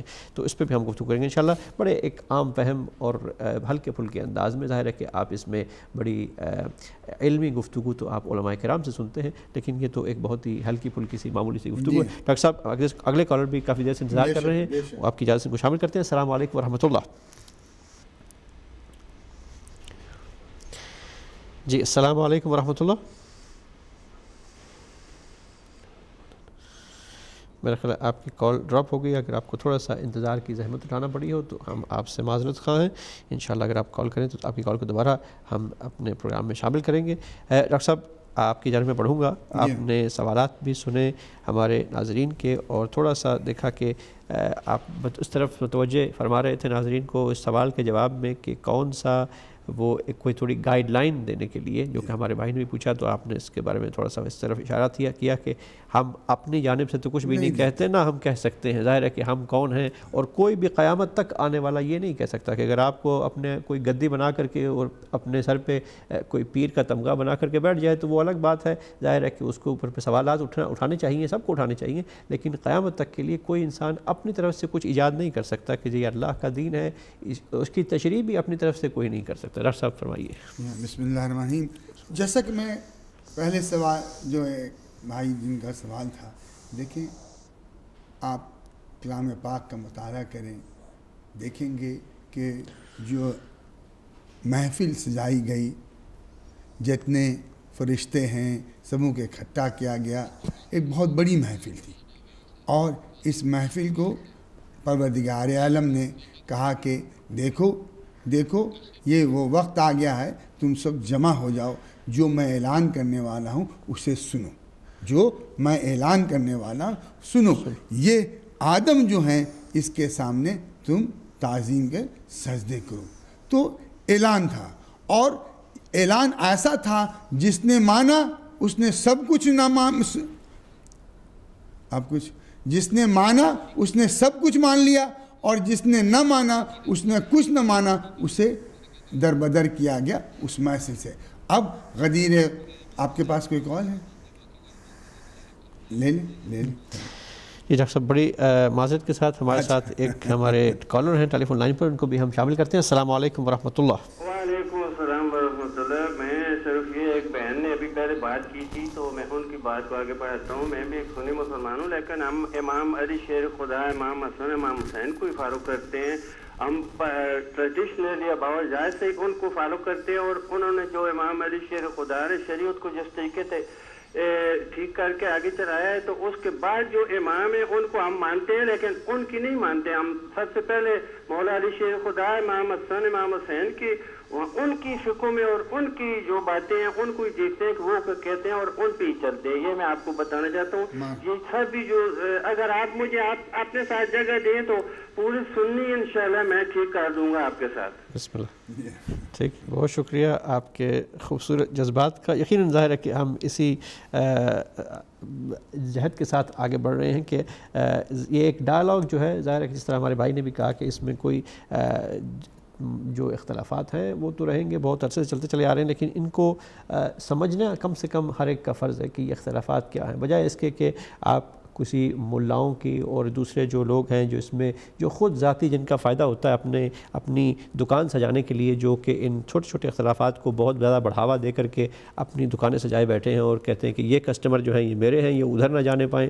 تو جنہوں نے اس کو بازار بنا رکھا ہے ان سے بچنے کے لیے بہت ضروری ہے کہ انسان جو ہے کم سے کم ایک ڈائیلاگ کی طرح سے اختلافات کو سمجھنا شروع کر دے. ہر انسان جب سمجھ جائے گا تو اس کے بعد پھر اس پر عمل کرنا یا کس راستے کا انتخاب کرنا یہ ہر انسان کے اپنے خود ارادے کے اوپر مبنی ہے. یہ فیصلہ اس کے اپنے ہاتھ میں ہے، بجائے اس کے کہ کوئی اس پر کوئی بھی زبردستی کوئی کر نہیں سکتا، کوئی کسی کے ساتھ ہو نہیں سکتی. لیکن کم سے کم ہر انسان کا یہ حق ہے کہ ایک بہت ہی خوش اسلوبی کے ساتھ ایک نہایت ہی ڈاکٹر صاحب ایک پرامن ماحول میں ایک ڈائیلاگ کا سلسلہ تو رہنا چاہیے کہ جہاں انسان اپنے جو بھی اس کا نظریہ ہے جس پر وہ اس کی عقل اس بات پر اس کو منواتی ہے کہ ٹھیک ہے ایسا یہ راستہ ایسا ہے، اور دوسرا کے راستے کو دوسرے کی بات کو بھی سن لینا بڑا ضروری ہے. جائے کہ اگر ہم ان ملاؤں کے پیچھے لگیں جو کہتے ہیں کہ نہ وہاں نہ جاؤ فلاں ہو جائے گا، نکاح ٹوٹ جائے گا، آپ کا مذہب جو ہے وہ خراب ہو جائے گا، یہ ہو جائے گا، وہ ہو جائے گا، بڑی بڑی دھمکیاں دینے کے، تو وہ عجیب قسم کی جہالت کی باتیں ہیں جو کہ بڑی المیہ یہ ہے کہ آج کے اس دور میں بھی جو کہ چلتی چلی آ رہی ہیں. اور اس سے جان چھڑانا میں سمجھتا ہوں کہ یہ ہماری جو پورے جتنے بھی مسلمان ہیں دنیا بھر میں ان سب کے لیے یہ ایک مصیبت ہے. اس سے جان چھڑانا بڑا ضروری ہے. ڈاکٹر صاحب فرما رہے تھے آپ اپنے گفتگو کہاں پہ تھا یہ، اور اس میں چاہوں گا کہ ان کو بھی اگر شامل کر لیں. ہمارے بھائی نے جو فہد خان صاحب نے کہہ رہے تھے کہ میرا تعلق اہل سنت سے ہے، بسم اللہ ہم آپ کو ویلکم کرتے ہیں. تو انہوں نے کہا کہ ہم ٹریڈیشنلی جو باپ دادا کے جو ہمارے والدین نے بتایا ہوا اسی راستے پر قائم ہے. ذرا اس کو بھی تھوڑا سا شامل کر دیجیے صاحب. میں جہاں پہ شروع کیا تھا وہاں پہ واپس آتا ہوں اور ان کو بھی شامل، ان کی باتوں کو بھی شامل کر لوں گا انشاءاللہ. تو اللہ نے محفل سجائی اور اس محفل کے پہلے آسمان میں کون سی محفل سجی اس کی کوئی بات نہیں ہے. اور اللہ نے کہا دیکھو آج جو میں کہہ رہا ہوں اتنے ہزاروں سال کی باتیں تھے ایک طرف، آج جو نہ مانا ہماری بات کو تو کچھ نہ مانا ہیں. فرشتے عقل و شعور رکھتے تھے، انہوں نے بات مان لی، جس نے نہ مانا وہ نکالا گیا. غدیر کے میدان میں اللہ نے کہا میرے حبیب تم نے میرے پیغام پہنچائے، سب کچھ کیا، آج جو پیغام پہنچانا ہے وہ نہ پہنچایا تو کچھ نہ پہنچایا. اور آپ دیکھیں وہ محفل جو سجی وہاں پہ ایک ویرانے میں کوئی نہ تھا. بس آپ کبھی دکھیں کسی کتاب میں پڑھیں، کسی حدیث میں پڑھیں، آج کے موجودہ دور کے لوگوں کے سامنے میں یہ نظریہ پیش کر رہا ہوں. کیا سرور کائنات نے کبھی کوئی سٹیج بنوائی، کبھی کسی سٹیج پر بیٹھ کر تبلیغ کی؟ نہیں، وہ تو اپنے صحابہ کے ساتھ بیٹھا کرتے تھے، سب ارد گرد رہتے تھے، امیر ہو غریب، فقیر ہو یا امیر ہو، سب ایک ساتھ بیٹھتے تھے. لیکن غدیر کے مقام میں ایک اسپیشل اسٹیج بنایا گیا. آپ نے پڑھا، ہم سبوں نے پڑھا، اللہ کا فرشتہ آیا، کہا کہ اللہ کا کہنا ہے آج جو بات ہے وہ ان تک نہ پہنچایا میرے حبیب، کچھ نہ پہنچایا. اب جب اعلان ہو رہا ہے تو اللہ کے رسول خود اپنی طرف سے نہیں اعلان کر رہا ہے، یہ اعلان الہی ہے جو ہم تک پہنچایا جا رہا ہے. اور جہاں تک دوسرے بھائی کہہ رہے تھے ڈائیلاگ کے بارے میں، اللہ خود ڈائیلاگ چاہتا ہے، اللہ خود ڈائیلاگ چاہتا ہے. اسی ڈائیلاگ کے لیے ہی اس نے اتنے نبی، پیغمبر اور انبیاء ہمارے پاس بھیجے ہیں. اسی ڈائیلاگ کی وجہ سے اللہ کہتا ہے کہ تم نماز قائم کرو. اسی ڈائیلاگ کی وجہ سے اللہ کہتا ہے ڈائیلاگ کا ایک طریقہ ہے، تم ہمارے سامنے اپنے حاجات پیش کرو، اپنی دعاؤں کو پیش کرو. یہ کیا ہے؟ یہ ڈائیلاگ ہے ایک، یہ ہم جیسے ناچیز بندوں کے اپنے خالق کی طرف یہ اس ڈائیلاگ کو ہم قائم رکھتے ہیں. ڈائیلاگ وہ قطع کرنا چاہتے ہیں جب دیکھتے ہیں کہ ڈائیلاگ سے ایسا نہ ہو کہ وہ باتیں یہ پردے سے یہ سامنے آ جائیں، ظاہر ہو جائیں، تو وہ قلم کے بدلے بندوق کا سہارا لیتے ہیں، قلم کے بدلے تلوار کا سہارا لیتے ہیں، قلم کے بدلے یہ بم اور دھماکے کا سہارا لیتے ہیں. ہمارا پیغام محمد آل محمد کا پیغام، سرور کائنات کا پیغام ہے. دیکھو ہم نے جو پیغام دیا ہے اس پہ غور و فکر کرو. جب انسان غور و فکر کرنے کو بیٹھتا ہے، ایک دوسرے کے صحبت میں بیٹھتا ہے، تو کیا ہوتا ہے؟ جیسا کہ آپ پہلے بتلا رہے تھے، تب وہ باتیں شروع ہوتی ہیں، ہیں, گفتگو شروع ہوتا ہے. انسان غور و فکر کے ماحول میں جب بیٹھتا ہے تب کتاب پر توجہ دیکھتا ہے اور یہ دیکھتا ہے کہ کتاب ہم تک کہاں تک پہنچی, کس نے پہنچائے, اس کے علم کا ذخیرہ کیا ہے. تب ہم تفسیروں کو پڑھتے ہیں اور علم حاصل کرتے ہیں. آج کا پیغام ہدایت ٹی وی پہ یہی ہے, ہماری سرخی یہی ہے کہ آؤ ہم اپنے عقل شعور سے آج کے دور میں ایئر 2012 میں سوچے کہ کیا ہمیں قیاس سے کام کرنا چاہیے یا ہمیں جو ہدایت پہنچائی گئی ہے, دیا گیا ہے, علم دیا گیا ہے,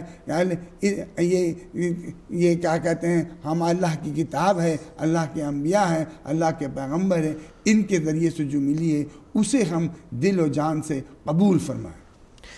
بہت خوبصورت گفتگو ڈاکٹر صاحب, اور ہمارے ناظرین نے بھی پروگرام میں جتنے سوالات کیے آپ کی گفتگو کو بھی شامل کرتے ہوئے سب سے اگر تھوڑا سا گفتگو کو اپنے اس کی تھوڑی سی ڈاکٹر صاحب اگر سمرائز کیا جائے اور اس کے اختتام کی جانب بڑھاتے ہوئے, ظاہر ہے کہ آج کے پروگرام میں گفتگو بہت زیادہ وسیع ہو گئی اور اس کو آئندہ آنے والے پروگرام میں بھی ہم انشاءاللہ شامل کریں گے, لیکن سوال رکھنے کا مقصد یہی تھا کہ آج کا سوال جو آپ نے دیکھا اپنی اسکرین پر کہ کیا اللہ سبحانہ و تعالی کی معرفت کو حاصل کرنے کے لیے جو نمائندہ پروردگار ہے کیا وہ ہم اپنے اجماع اور قیاس سے منتخب کر سکتے ہیں, یا کہ اس کو اللہ سبحانہ و تعالیٰ کے بتائے ہوئے, اسی کے بھیجے ہوئے, اسی کے منتخب کردہ جو ہادی ہیں ان کی طرف ہمیں رجوع کرنا ہوگا.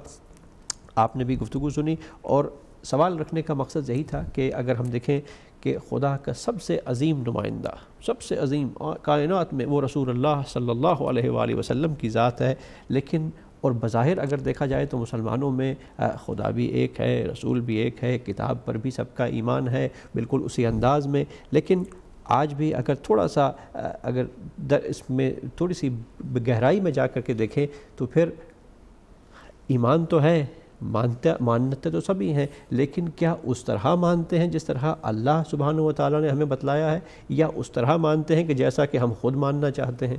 مثالیں آپ کے سامنے ہیں. رسول اللہ صلی اللہ علیہ وسلم کی ذات کو اگر ہم دیکھ لیں تو اس پر بھی مسلمانوں کے بہت سارے فرقے, جیسا کہ ڈاکٹر صاحب نے بتایا کہ ان کو نعوذ باللہ کہ آپ سے غلطیاں سرزد ہوئیں. قرآن مجید کی ایک آیت کو لے کر کے کہ عبس و تولی ان جاءہ الاعمی, اس پر بہتان لگا دی رسول اللہ صلی اللہ علیہ وسلم کی ذات پر کہ آپ کا اخلاق ٹھیک نہیں تھا, جس پر قرآن نے آپ کی اس طرح سے سرزنش کی, نعوذ باللہ, جبکہ قرآن خود گواہی دے رہا ہے کہ جو اس وَإِنَّكَ لَعَلَى خُلْقٍ عظیم, کہ آپ خلق عظیم کے مالک ہیں. کائنات میں کسی کے پاس ایسا اخلاق نہیں ہے جیسا رسول اللہ صلی اللہ علیہ وسلم کے پاس ہے.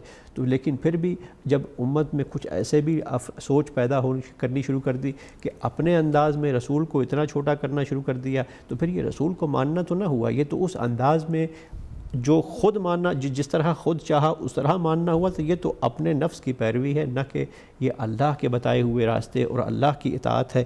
اسی طرح اگر تھوڑا سا آگے بڑھیں تو کتاب پر بھی سب کا ایمان ہے. بظاہر تو سب کتاب کو مانتے ہیں, سب قرآن پڑھتے ہیں, سب قاری قرآن ہیں, لیکن جب رسول اللہ نے کہا کہ جب کتاب کو اس انداز میں مانو, اس کی تشریح کرنے کے لیے میں پیچھے چھوڑے جا رہا ہوں کتاب اللہ و عطرتی و اہل بیتی, کہ جو حدیث ثقلین ہے, بہت ہی واضح اور تمام لوگوں کے ہاں بالکل اسی طرح سے موجود ہے, لیکن اس کی تشریح جو ہے وہ امت نے اپنے انداز میں کرنی شروع کر دی. بہت سے لوگوں نے اس کی تشریح جو ہے وہ اس انداز میں کی, نہ کہ جبکہ جو رسول اللہ کی اطرت ہے اس کو چھوڑ دیا, کتاب اور سنت پہ اوپر لے لیا. اب سنت جو ہے وہ اب اس کو بھی اپنے انداز میں بتانا شروع کر دیا, اپنے انداز میں جہاں تو گویا ہم یہ دیکھنے میں آ رہا ہے کہ ہم مان تو رہے ہیں, لیکن کیا اس طرح مان رہے ہیں کہ جس طرح اللہ ہمیں کہہ رہا ہے, یا اس طرح کہ جو ہم اپنی منمانی سے مان رہے ہیں کہ اللہ کا نمائندہ بھی جو ہے وہ وہی چاہتا ہے, وما تشاؤون الا ان یشاء اللہ, کہ جو اللہ کا جو نمائندہ ہے وہ اس منصب پر فائز ہونا چاہیے کہ جو اللہ کی مرضی ہے وہ اس کے سوا نہیں کرتا. آپ نے فرمایا ڈائلاگ کا تو تمام انبیاء کرام علیہ السلام نے اللہ کے نمائندوں نے ڈائلاگ ہی کے ذریعے کو اپنایا. آج اگر دیکھیں کہ ایک طبقہ اگر اس بات کو لے کر کے کہ فلاں جو ہے فلاں کافر ہے, چلو اگر فرض کرو ہے بھی اگر کوئی, تو اس کو آپ مارنا شروع کر دیں. کیا خدا کی اس دنیا میں کیا آپ خدا سے بھی بڑے زیادہ اس مذہب کے بہت زیادہ ہمدرد ہیں کہ خدا نے کائنات بنائی, انسانوں کو بنایا, سب چیز کو بنایا, اس کے باوجود انسانوں کی ایک بڑی اکثریت آج بھی خدا کے وجود سے منکر ہے. تو کیا خدا نے سب کو جلا کے راکھ کر دیا؟ نہیں. خدا کی مخلوق ہے, اس سے زیادہ کون محبت کر سکتا ہے اپنی مخلوق سے؟ اس نے اب بھی موقع دیا اور آخری لمحے تک ہر انسان کو وہ موقع دیتا ہے. تمام کائنات میں جتنی اس کی مخلوق ہے, اس میں خصوصاً انسان جو کہ ظاہر ہے کہ اس امتحان سے گزر رہے ہیں, ہر ایک کو وہ موقع دے رہا ہے. تو اس سے زیادہ آپ محبت کے ہمدرد ہیں یا اس سے زیادہ آپ ہمدرد کی جتا سکتا ہے کوئی انسان یہ کہہ کر کہ میں فلاں جو ہے یہ شریعت جو ہے ہماری ہے اس طرح سے ہونی چاہیے, یہ فلاں کافر ہے تو فلاں کو ایسا کر دو. بھئی اگر ہے بھی تو کوئی بات کیا, آپ اس بات کے ٹھیکیدار ہیں یا کوئی انسان یہ دعویٰ کر سکتا ہے کہ وہ ٹھیکیدار ہے؟ خدا سے بڑھ کے بھی کوئی اس بات کی طرف اس بات کا اس کے اوپر یہ لازم آ سکتا ہے کہ وہ اس کے ساتھ جو بھی انجام کیا جائے؟ ہرگز نہیں. خدا نے ہر ایک کو مہلت دی ہے. ہر انسان جو کہ اور کسی مسلمان کو بھی یہ اختیار نہیں ہے کہ وہ کسی غیر مسلم ہو یا جو بھی ہو اس کو ذرا سا بھی ایذا پہنچا سکے خواہ مخواہ میں. کوئی ایسا, تو جب انسان کو بھی یہ اختیار نہیں ہے تو پھر یہ جو لوگ انہی ملاؤں اور نیم ملاؤں کے پیچھے لگ کر کے جو انسانیت کو تباہ کرنے پر تلے ہوئے ہیں, ظاہر ہے کہ دیکھنا ہوگا کہ یہ سوچ کہاں سے آ رہی ہے, یہ سوچ کے پیچھے کون سے ایسے عوامل کار فرما ہیں جو کہ کیا قیاس اور اجماع اس حد تک انسان کو, ظاہر ہے کہ انسان کو جب اس کے قیاس پر, اس کی ذہن کی اپنی سوچ پر اگر چھوڑ دیا جائے تو وہ اس کو کہیں سے کہیں لے کر کے جا سکتی. ڈاکٹر صاحب ایسا ہے کہ نہیں؟ اس کی کوئی گارنٹی تو نہیں ہے کہ یہ کسی گائیڈنس کے ساتھ ساتھ وہ ہمیشہ آگے بڑھے گی. اور آپ دیکھیں جب اتفاق اور اتحاد کی جو بات کر رہے تھے آپ اور یہ گائیڈ لائن کی بات کر رہے تھے, کیا اللہ نے حضرت موسیٰ علیہ السلام کو جو 12 ٹرائبز تھے یہ تھے, ان لوگوں کو کہا کہ ایک ساتھ لے کر چلو؟ کیا موسیٰ علیہ السلام نے 12 جتنے تھے قبیلے تھے ان کو ایک نہیں کرنے کی کوشش کی؟ آج بھی ہمارا یہ فرض ہے کہ ہم سب کو ایک دیں. وہ ہمارے بھائی اہل سنت والجماعت سے جنہوں نے فون کیا تھا, میں انہیں یہی کہوں گا, تم دیکھتے جاؤ, غور فکر کرتے جاؤ. انہوں نے کہا کہ میں اللہ کے حبیب کو بھی مانتا ہوں, ان کے نواسوں کو بھی مانتا ہوں, مولا کائنات کو بھی مانتا ہوں. جب انسان اس راستے پر گامزن ہے, اللہ خود کہتا ہے تم چلو, قدم اٹھاؤ, پہل کرو, میں تمہیں منزل مقصود تک پہنچاؤں گا. شاہراہ بنا کر رکھا ہے. آخر صراط المستقیم کی باتیں اس نے کیوں کی؟ اس لیے کہا کہ اس کو اس صراط پر رکھنے کے لیے, اس مستقیم راستے پر رکھنے کے لیے میں نے تمہیں گائیڈ لائنز بھی دیے ہیں اور تمہیں ہادی اور رہبر بھی دیا ہے. بے شک بہت خوبصورت گفتگو. ہمارے ساتھ ڈاکٹر صاحب پروگرام کے آخری کالر بھی آ چکے ہیں. السلام علیکم ورحمۃ اللہ.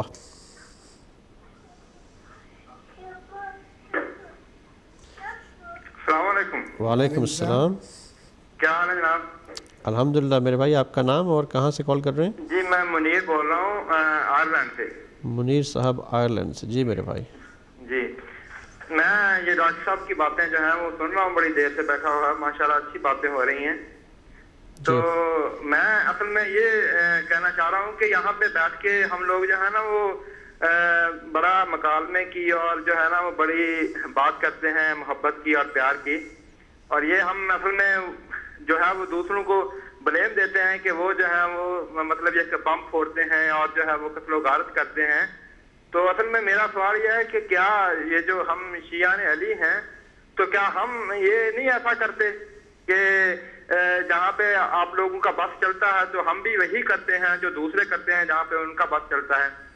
اور دوسری بات یہ ہے کہ جب آپ کسی کی ماں کو یا کسی کی بہن کو برے الفاظ کے اندر یاد کریں گے یا ان کو گالی دیں گے تو اس کے بعد کیا آپشن رہ جاتا ہے؟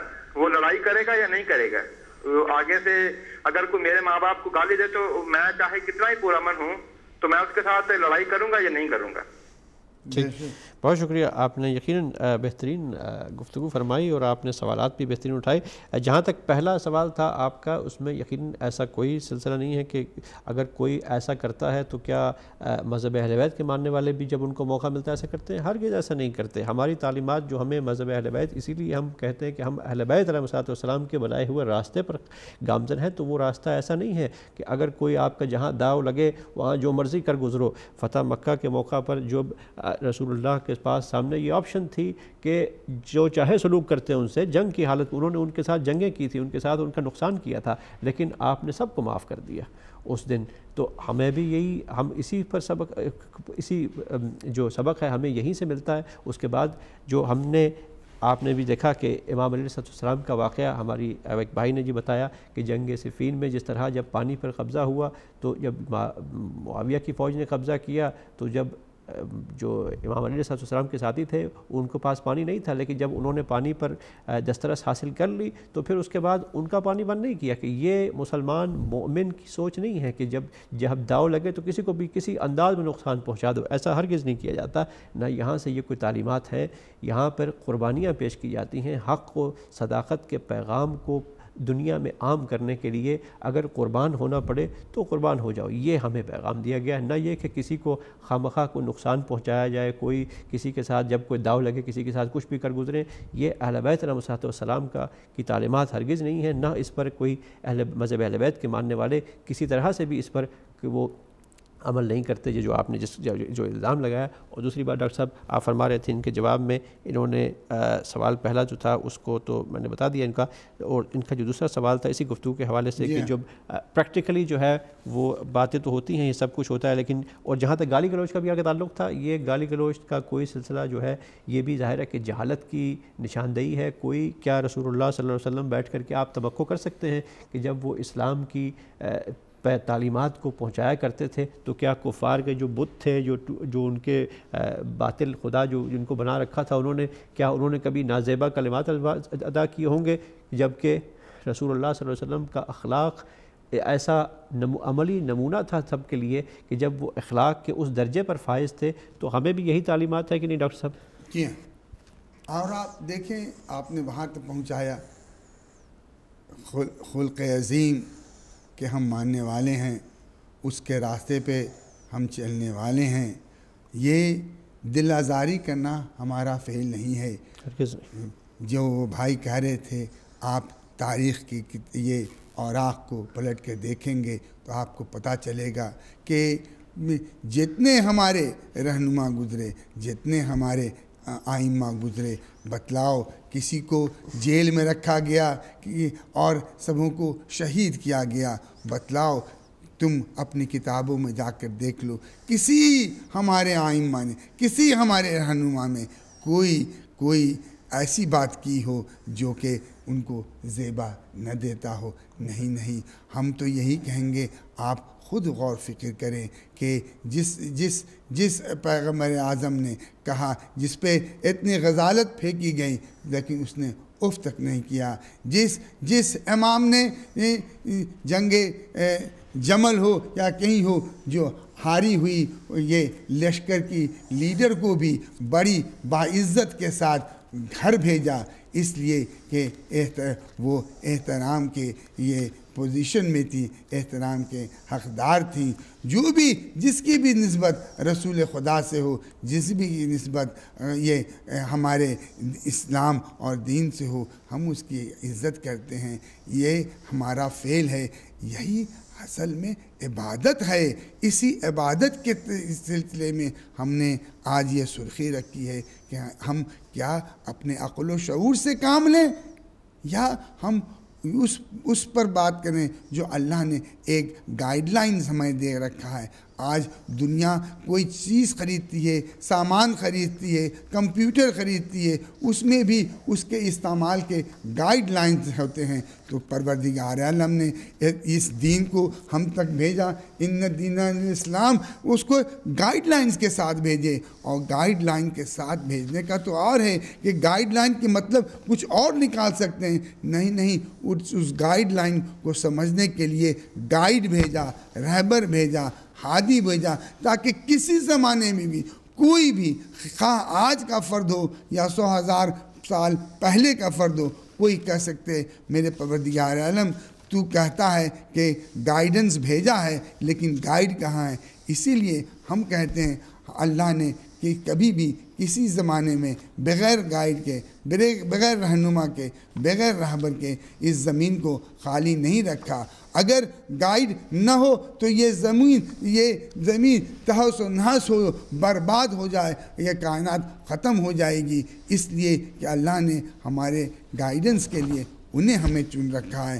اور جہاں تک کہ اتفاق اور اتحاد کی بات ہے، ہم کرتے رہیں گے، ہم قربانی دیتے رہیں گے، یہ ہمارے ائمہ نے سکھلایا ہے کہ لیکن ہم اس کے لیے بدلے کے لیے یہ نہیں کریں گے کہ کسی کی مسجد میں جا کر اس پر اٹیک کریں، یا کسی کے فیونرل پہ کسی کی میت نکل رہی ہو، کوئی قبرستان میں ہو، نہیں، اللہ نے کہا مومن کا بھائی ہوتا ہے۔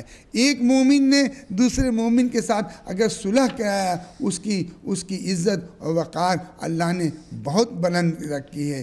تو ہمارا یہ پیغام ہے، ہدایت ٹی وی پہ یہ پیغام ہے کہ آؤ غور و فکر کرو۔ ہم تمہیں یہ نہیں کہہ رہے ہیں کہ تم فلاں کے فرقے کے ہو جاؤ، نہیں، ہم یہ صرف پروگرام کرتے ہیں آپ کے خیالات کو جگانے کے لیے، آپ کو ان باتوں سے آشنا کرانے کے لیے جو ہماری کتاب اور ہمارے حدیث میں موجود ہیں، تاکہ پڑھنے کے بعد، سننے کے بعد آپ کے غور و فکر کے جو اثرات ہیں آپ میں نمایاں ہوں، اور آپ سوچ و سمجھ کر خود سے فیصلہ کریں کہ آیا کیا یہ راستہ صحیح ہے یا راستہ گمراہی کا ہے۔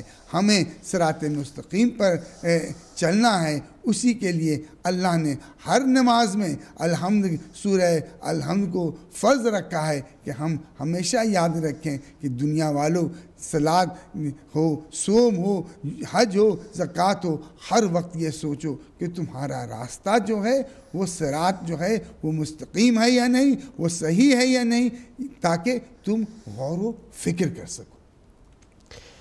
بہت شکریہ ڈاکٹر صاحب۔ اور ناظرین، آپ نے بھی ملاحظہ فرمایا آج کے پروگرام میں جو سوال ہم نے رکھا آپ کے سامنے، ظاہر ہے کہ ڈاکٹر صاحب نے اس کی تشریح اور وضاحت فرمائی آپ کے لیے، اور ہمارا مقصد یہی تھا کہ اس پروگرام کے جو توحید اور معرفت کا جو ایک چھوٹا سا ہم نے کوشش کی، اسی سفر کو لے کر کے آگے بڑھیں، اور اس سفر میں اس کو بہتر انداز میں جاننے کے لیے جب ہم نے اس بات پر کو بالکل جان لیا کہ انسانی عقل اور شعور جو ہے اس بات سے قطعی طور پر قاصر ہے کہ وہ خدا خالق کائنات کی خود بخود اس کی شناخت کر لے، اس کی معرفت حاصل کر لے، ایسا ممکن نہیں، تو پھر اس کے لیے کون سا ایسا راستہ ہے؟ دنیا بھر میں بے شمار راستے ہیں، تو اس کے لیے کوئی ایسا راستہ چننا چاہیے، یہ چننا ہوگا انسان کو جو کہ اس کو اس کے خالق سے جا کر کے ملائے، اس کے خالق کی معرفت اس کو عطا فرمائے۔ تو اس کے لیے ہم نے آج جو اسی سفر کو آگے بڑھاتے ہوئے کہ اللہ کے حقیقی ہدایت دینے والے، اس کے حقیقی جو ہم تک پہنچانے والے پیغام وہ کون سی ہستیاں ہیں، یقیناً رسول اللہ صلی اللہ علیہ وآلہ وسلم انبیاء میں سے سب سے سردار الانبیاء۔ اور اس کے بعد ہم اس گفتگو کو آئندہ آنے والے پروگراموں میں پھر اس طرح انشاءاللہ اسی سلسلے کو آگے بھی لے کر کے بڑھیں گے۔ لیکن جہاں تک آپ کے سوال بھی آپ نے پروگراموں میں شامل، اس پروگرام میں آپ کے سوالوں کے ساتھ آپ شامل ہوئے، آپ کا بہت شکریہ، اللہ تعالیٰ آپ کو جزائے خیر عطا فرمائے۔ تھوڑی سی آخری بات کہ جو ہمارے بھائی نے بھی سوال کیا تھا اسی کے حوالے سے کہ ہمیں تعلیمات اہل بیت علیہ السلام کیا ہیں ڈاکٹر صاحب، تو اس میں امام الصادق علیہ السلام ہمارے چھٹے امام کا فرمان کہ جب ان سے کسی نے پوچھا کہ دین کے میں جو محبت ہے اس کا کیا مقام ہے، تو آپ نے کہا کہ حل الدین الا الحب، کیا محبت کے سوا دین کچھ ہے؟ یقیناً کچھ نہیں ہے۔ محبت خدا، محبت رسول، محبت ائمہ اہل بیت علیہ السلام، اور اس کے بعد محبت عوام انسان، اللہ کی مخلوق سے محبت کرنا بھی ہم پر فرض ہے، واجب ہے ہمارے لیے کہ امام علیہ السلام نے ہمیں فرما دیا اپنے ایک خطبے میں کہ الناس اثنان، کہ انسان دو طرح کے ہیں، کہ اما اخ لک فی الدین او شبہ لک فی الخلق، کہ یا تو وہ دین میں تمہارے بھائی ہیں یا وہ تمہارے جیسے انسان ہیں۔ تو ظاہر ہے کہ جب وہ ہمارے جیسے انسان ہیں تو ان کی عزت، ان کا احترام ہم پر واجب ہے، چاہے ان کا جو بھی مکتبہ فکر رہا ہو۔ ظاہر ہے کہ ہمیں کوشش ہماری یہی ہے کہ ہم اس پیغام کو، جب کسی کے پاس کوئی خزانہ ہوتا ہے تو بڑائی اسی میں ہے کہ اس خزانے کو دوسروں کے ساتھ شیئر کیا جائے، دوسروں کے ساتھ بانٹ کے تقسیم کیا جائے، دوسروں تک بھی پہنچایا جائے کہ دوسرے بھی اس سے مستفید ہو سکیں۔ ہدایت ٹی وی کا یہی پیغام ہے کہ یہ جو خزانہ ہے معرفت پروردگار کا، جو اہل بیت علیہ السلام نے ہمیں عطا کیا ہے، اس کو ہم دنیا بھر میں عام کریں تاکہ انسانیت اس سے فیض یاب ہو سکے اور اپنی دنیا اور آخرت کو سنوار سکے بہتر انداز میں۔ اسی دعا کے ساتھ آپ جہاں کہیں بھی ہوں اپنا خیال رکھیے گا۔ وآخر دعوانا ان الحمد للہ رب العالمین، والسلام علیکم ورحمۃ اللہ وبرکاتہ۔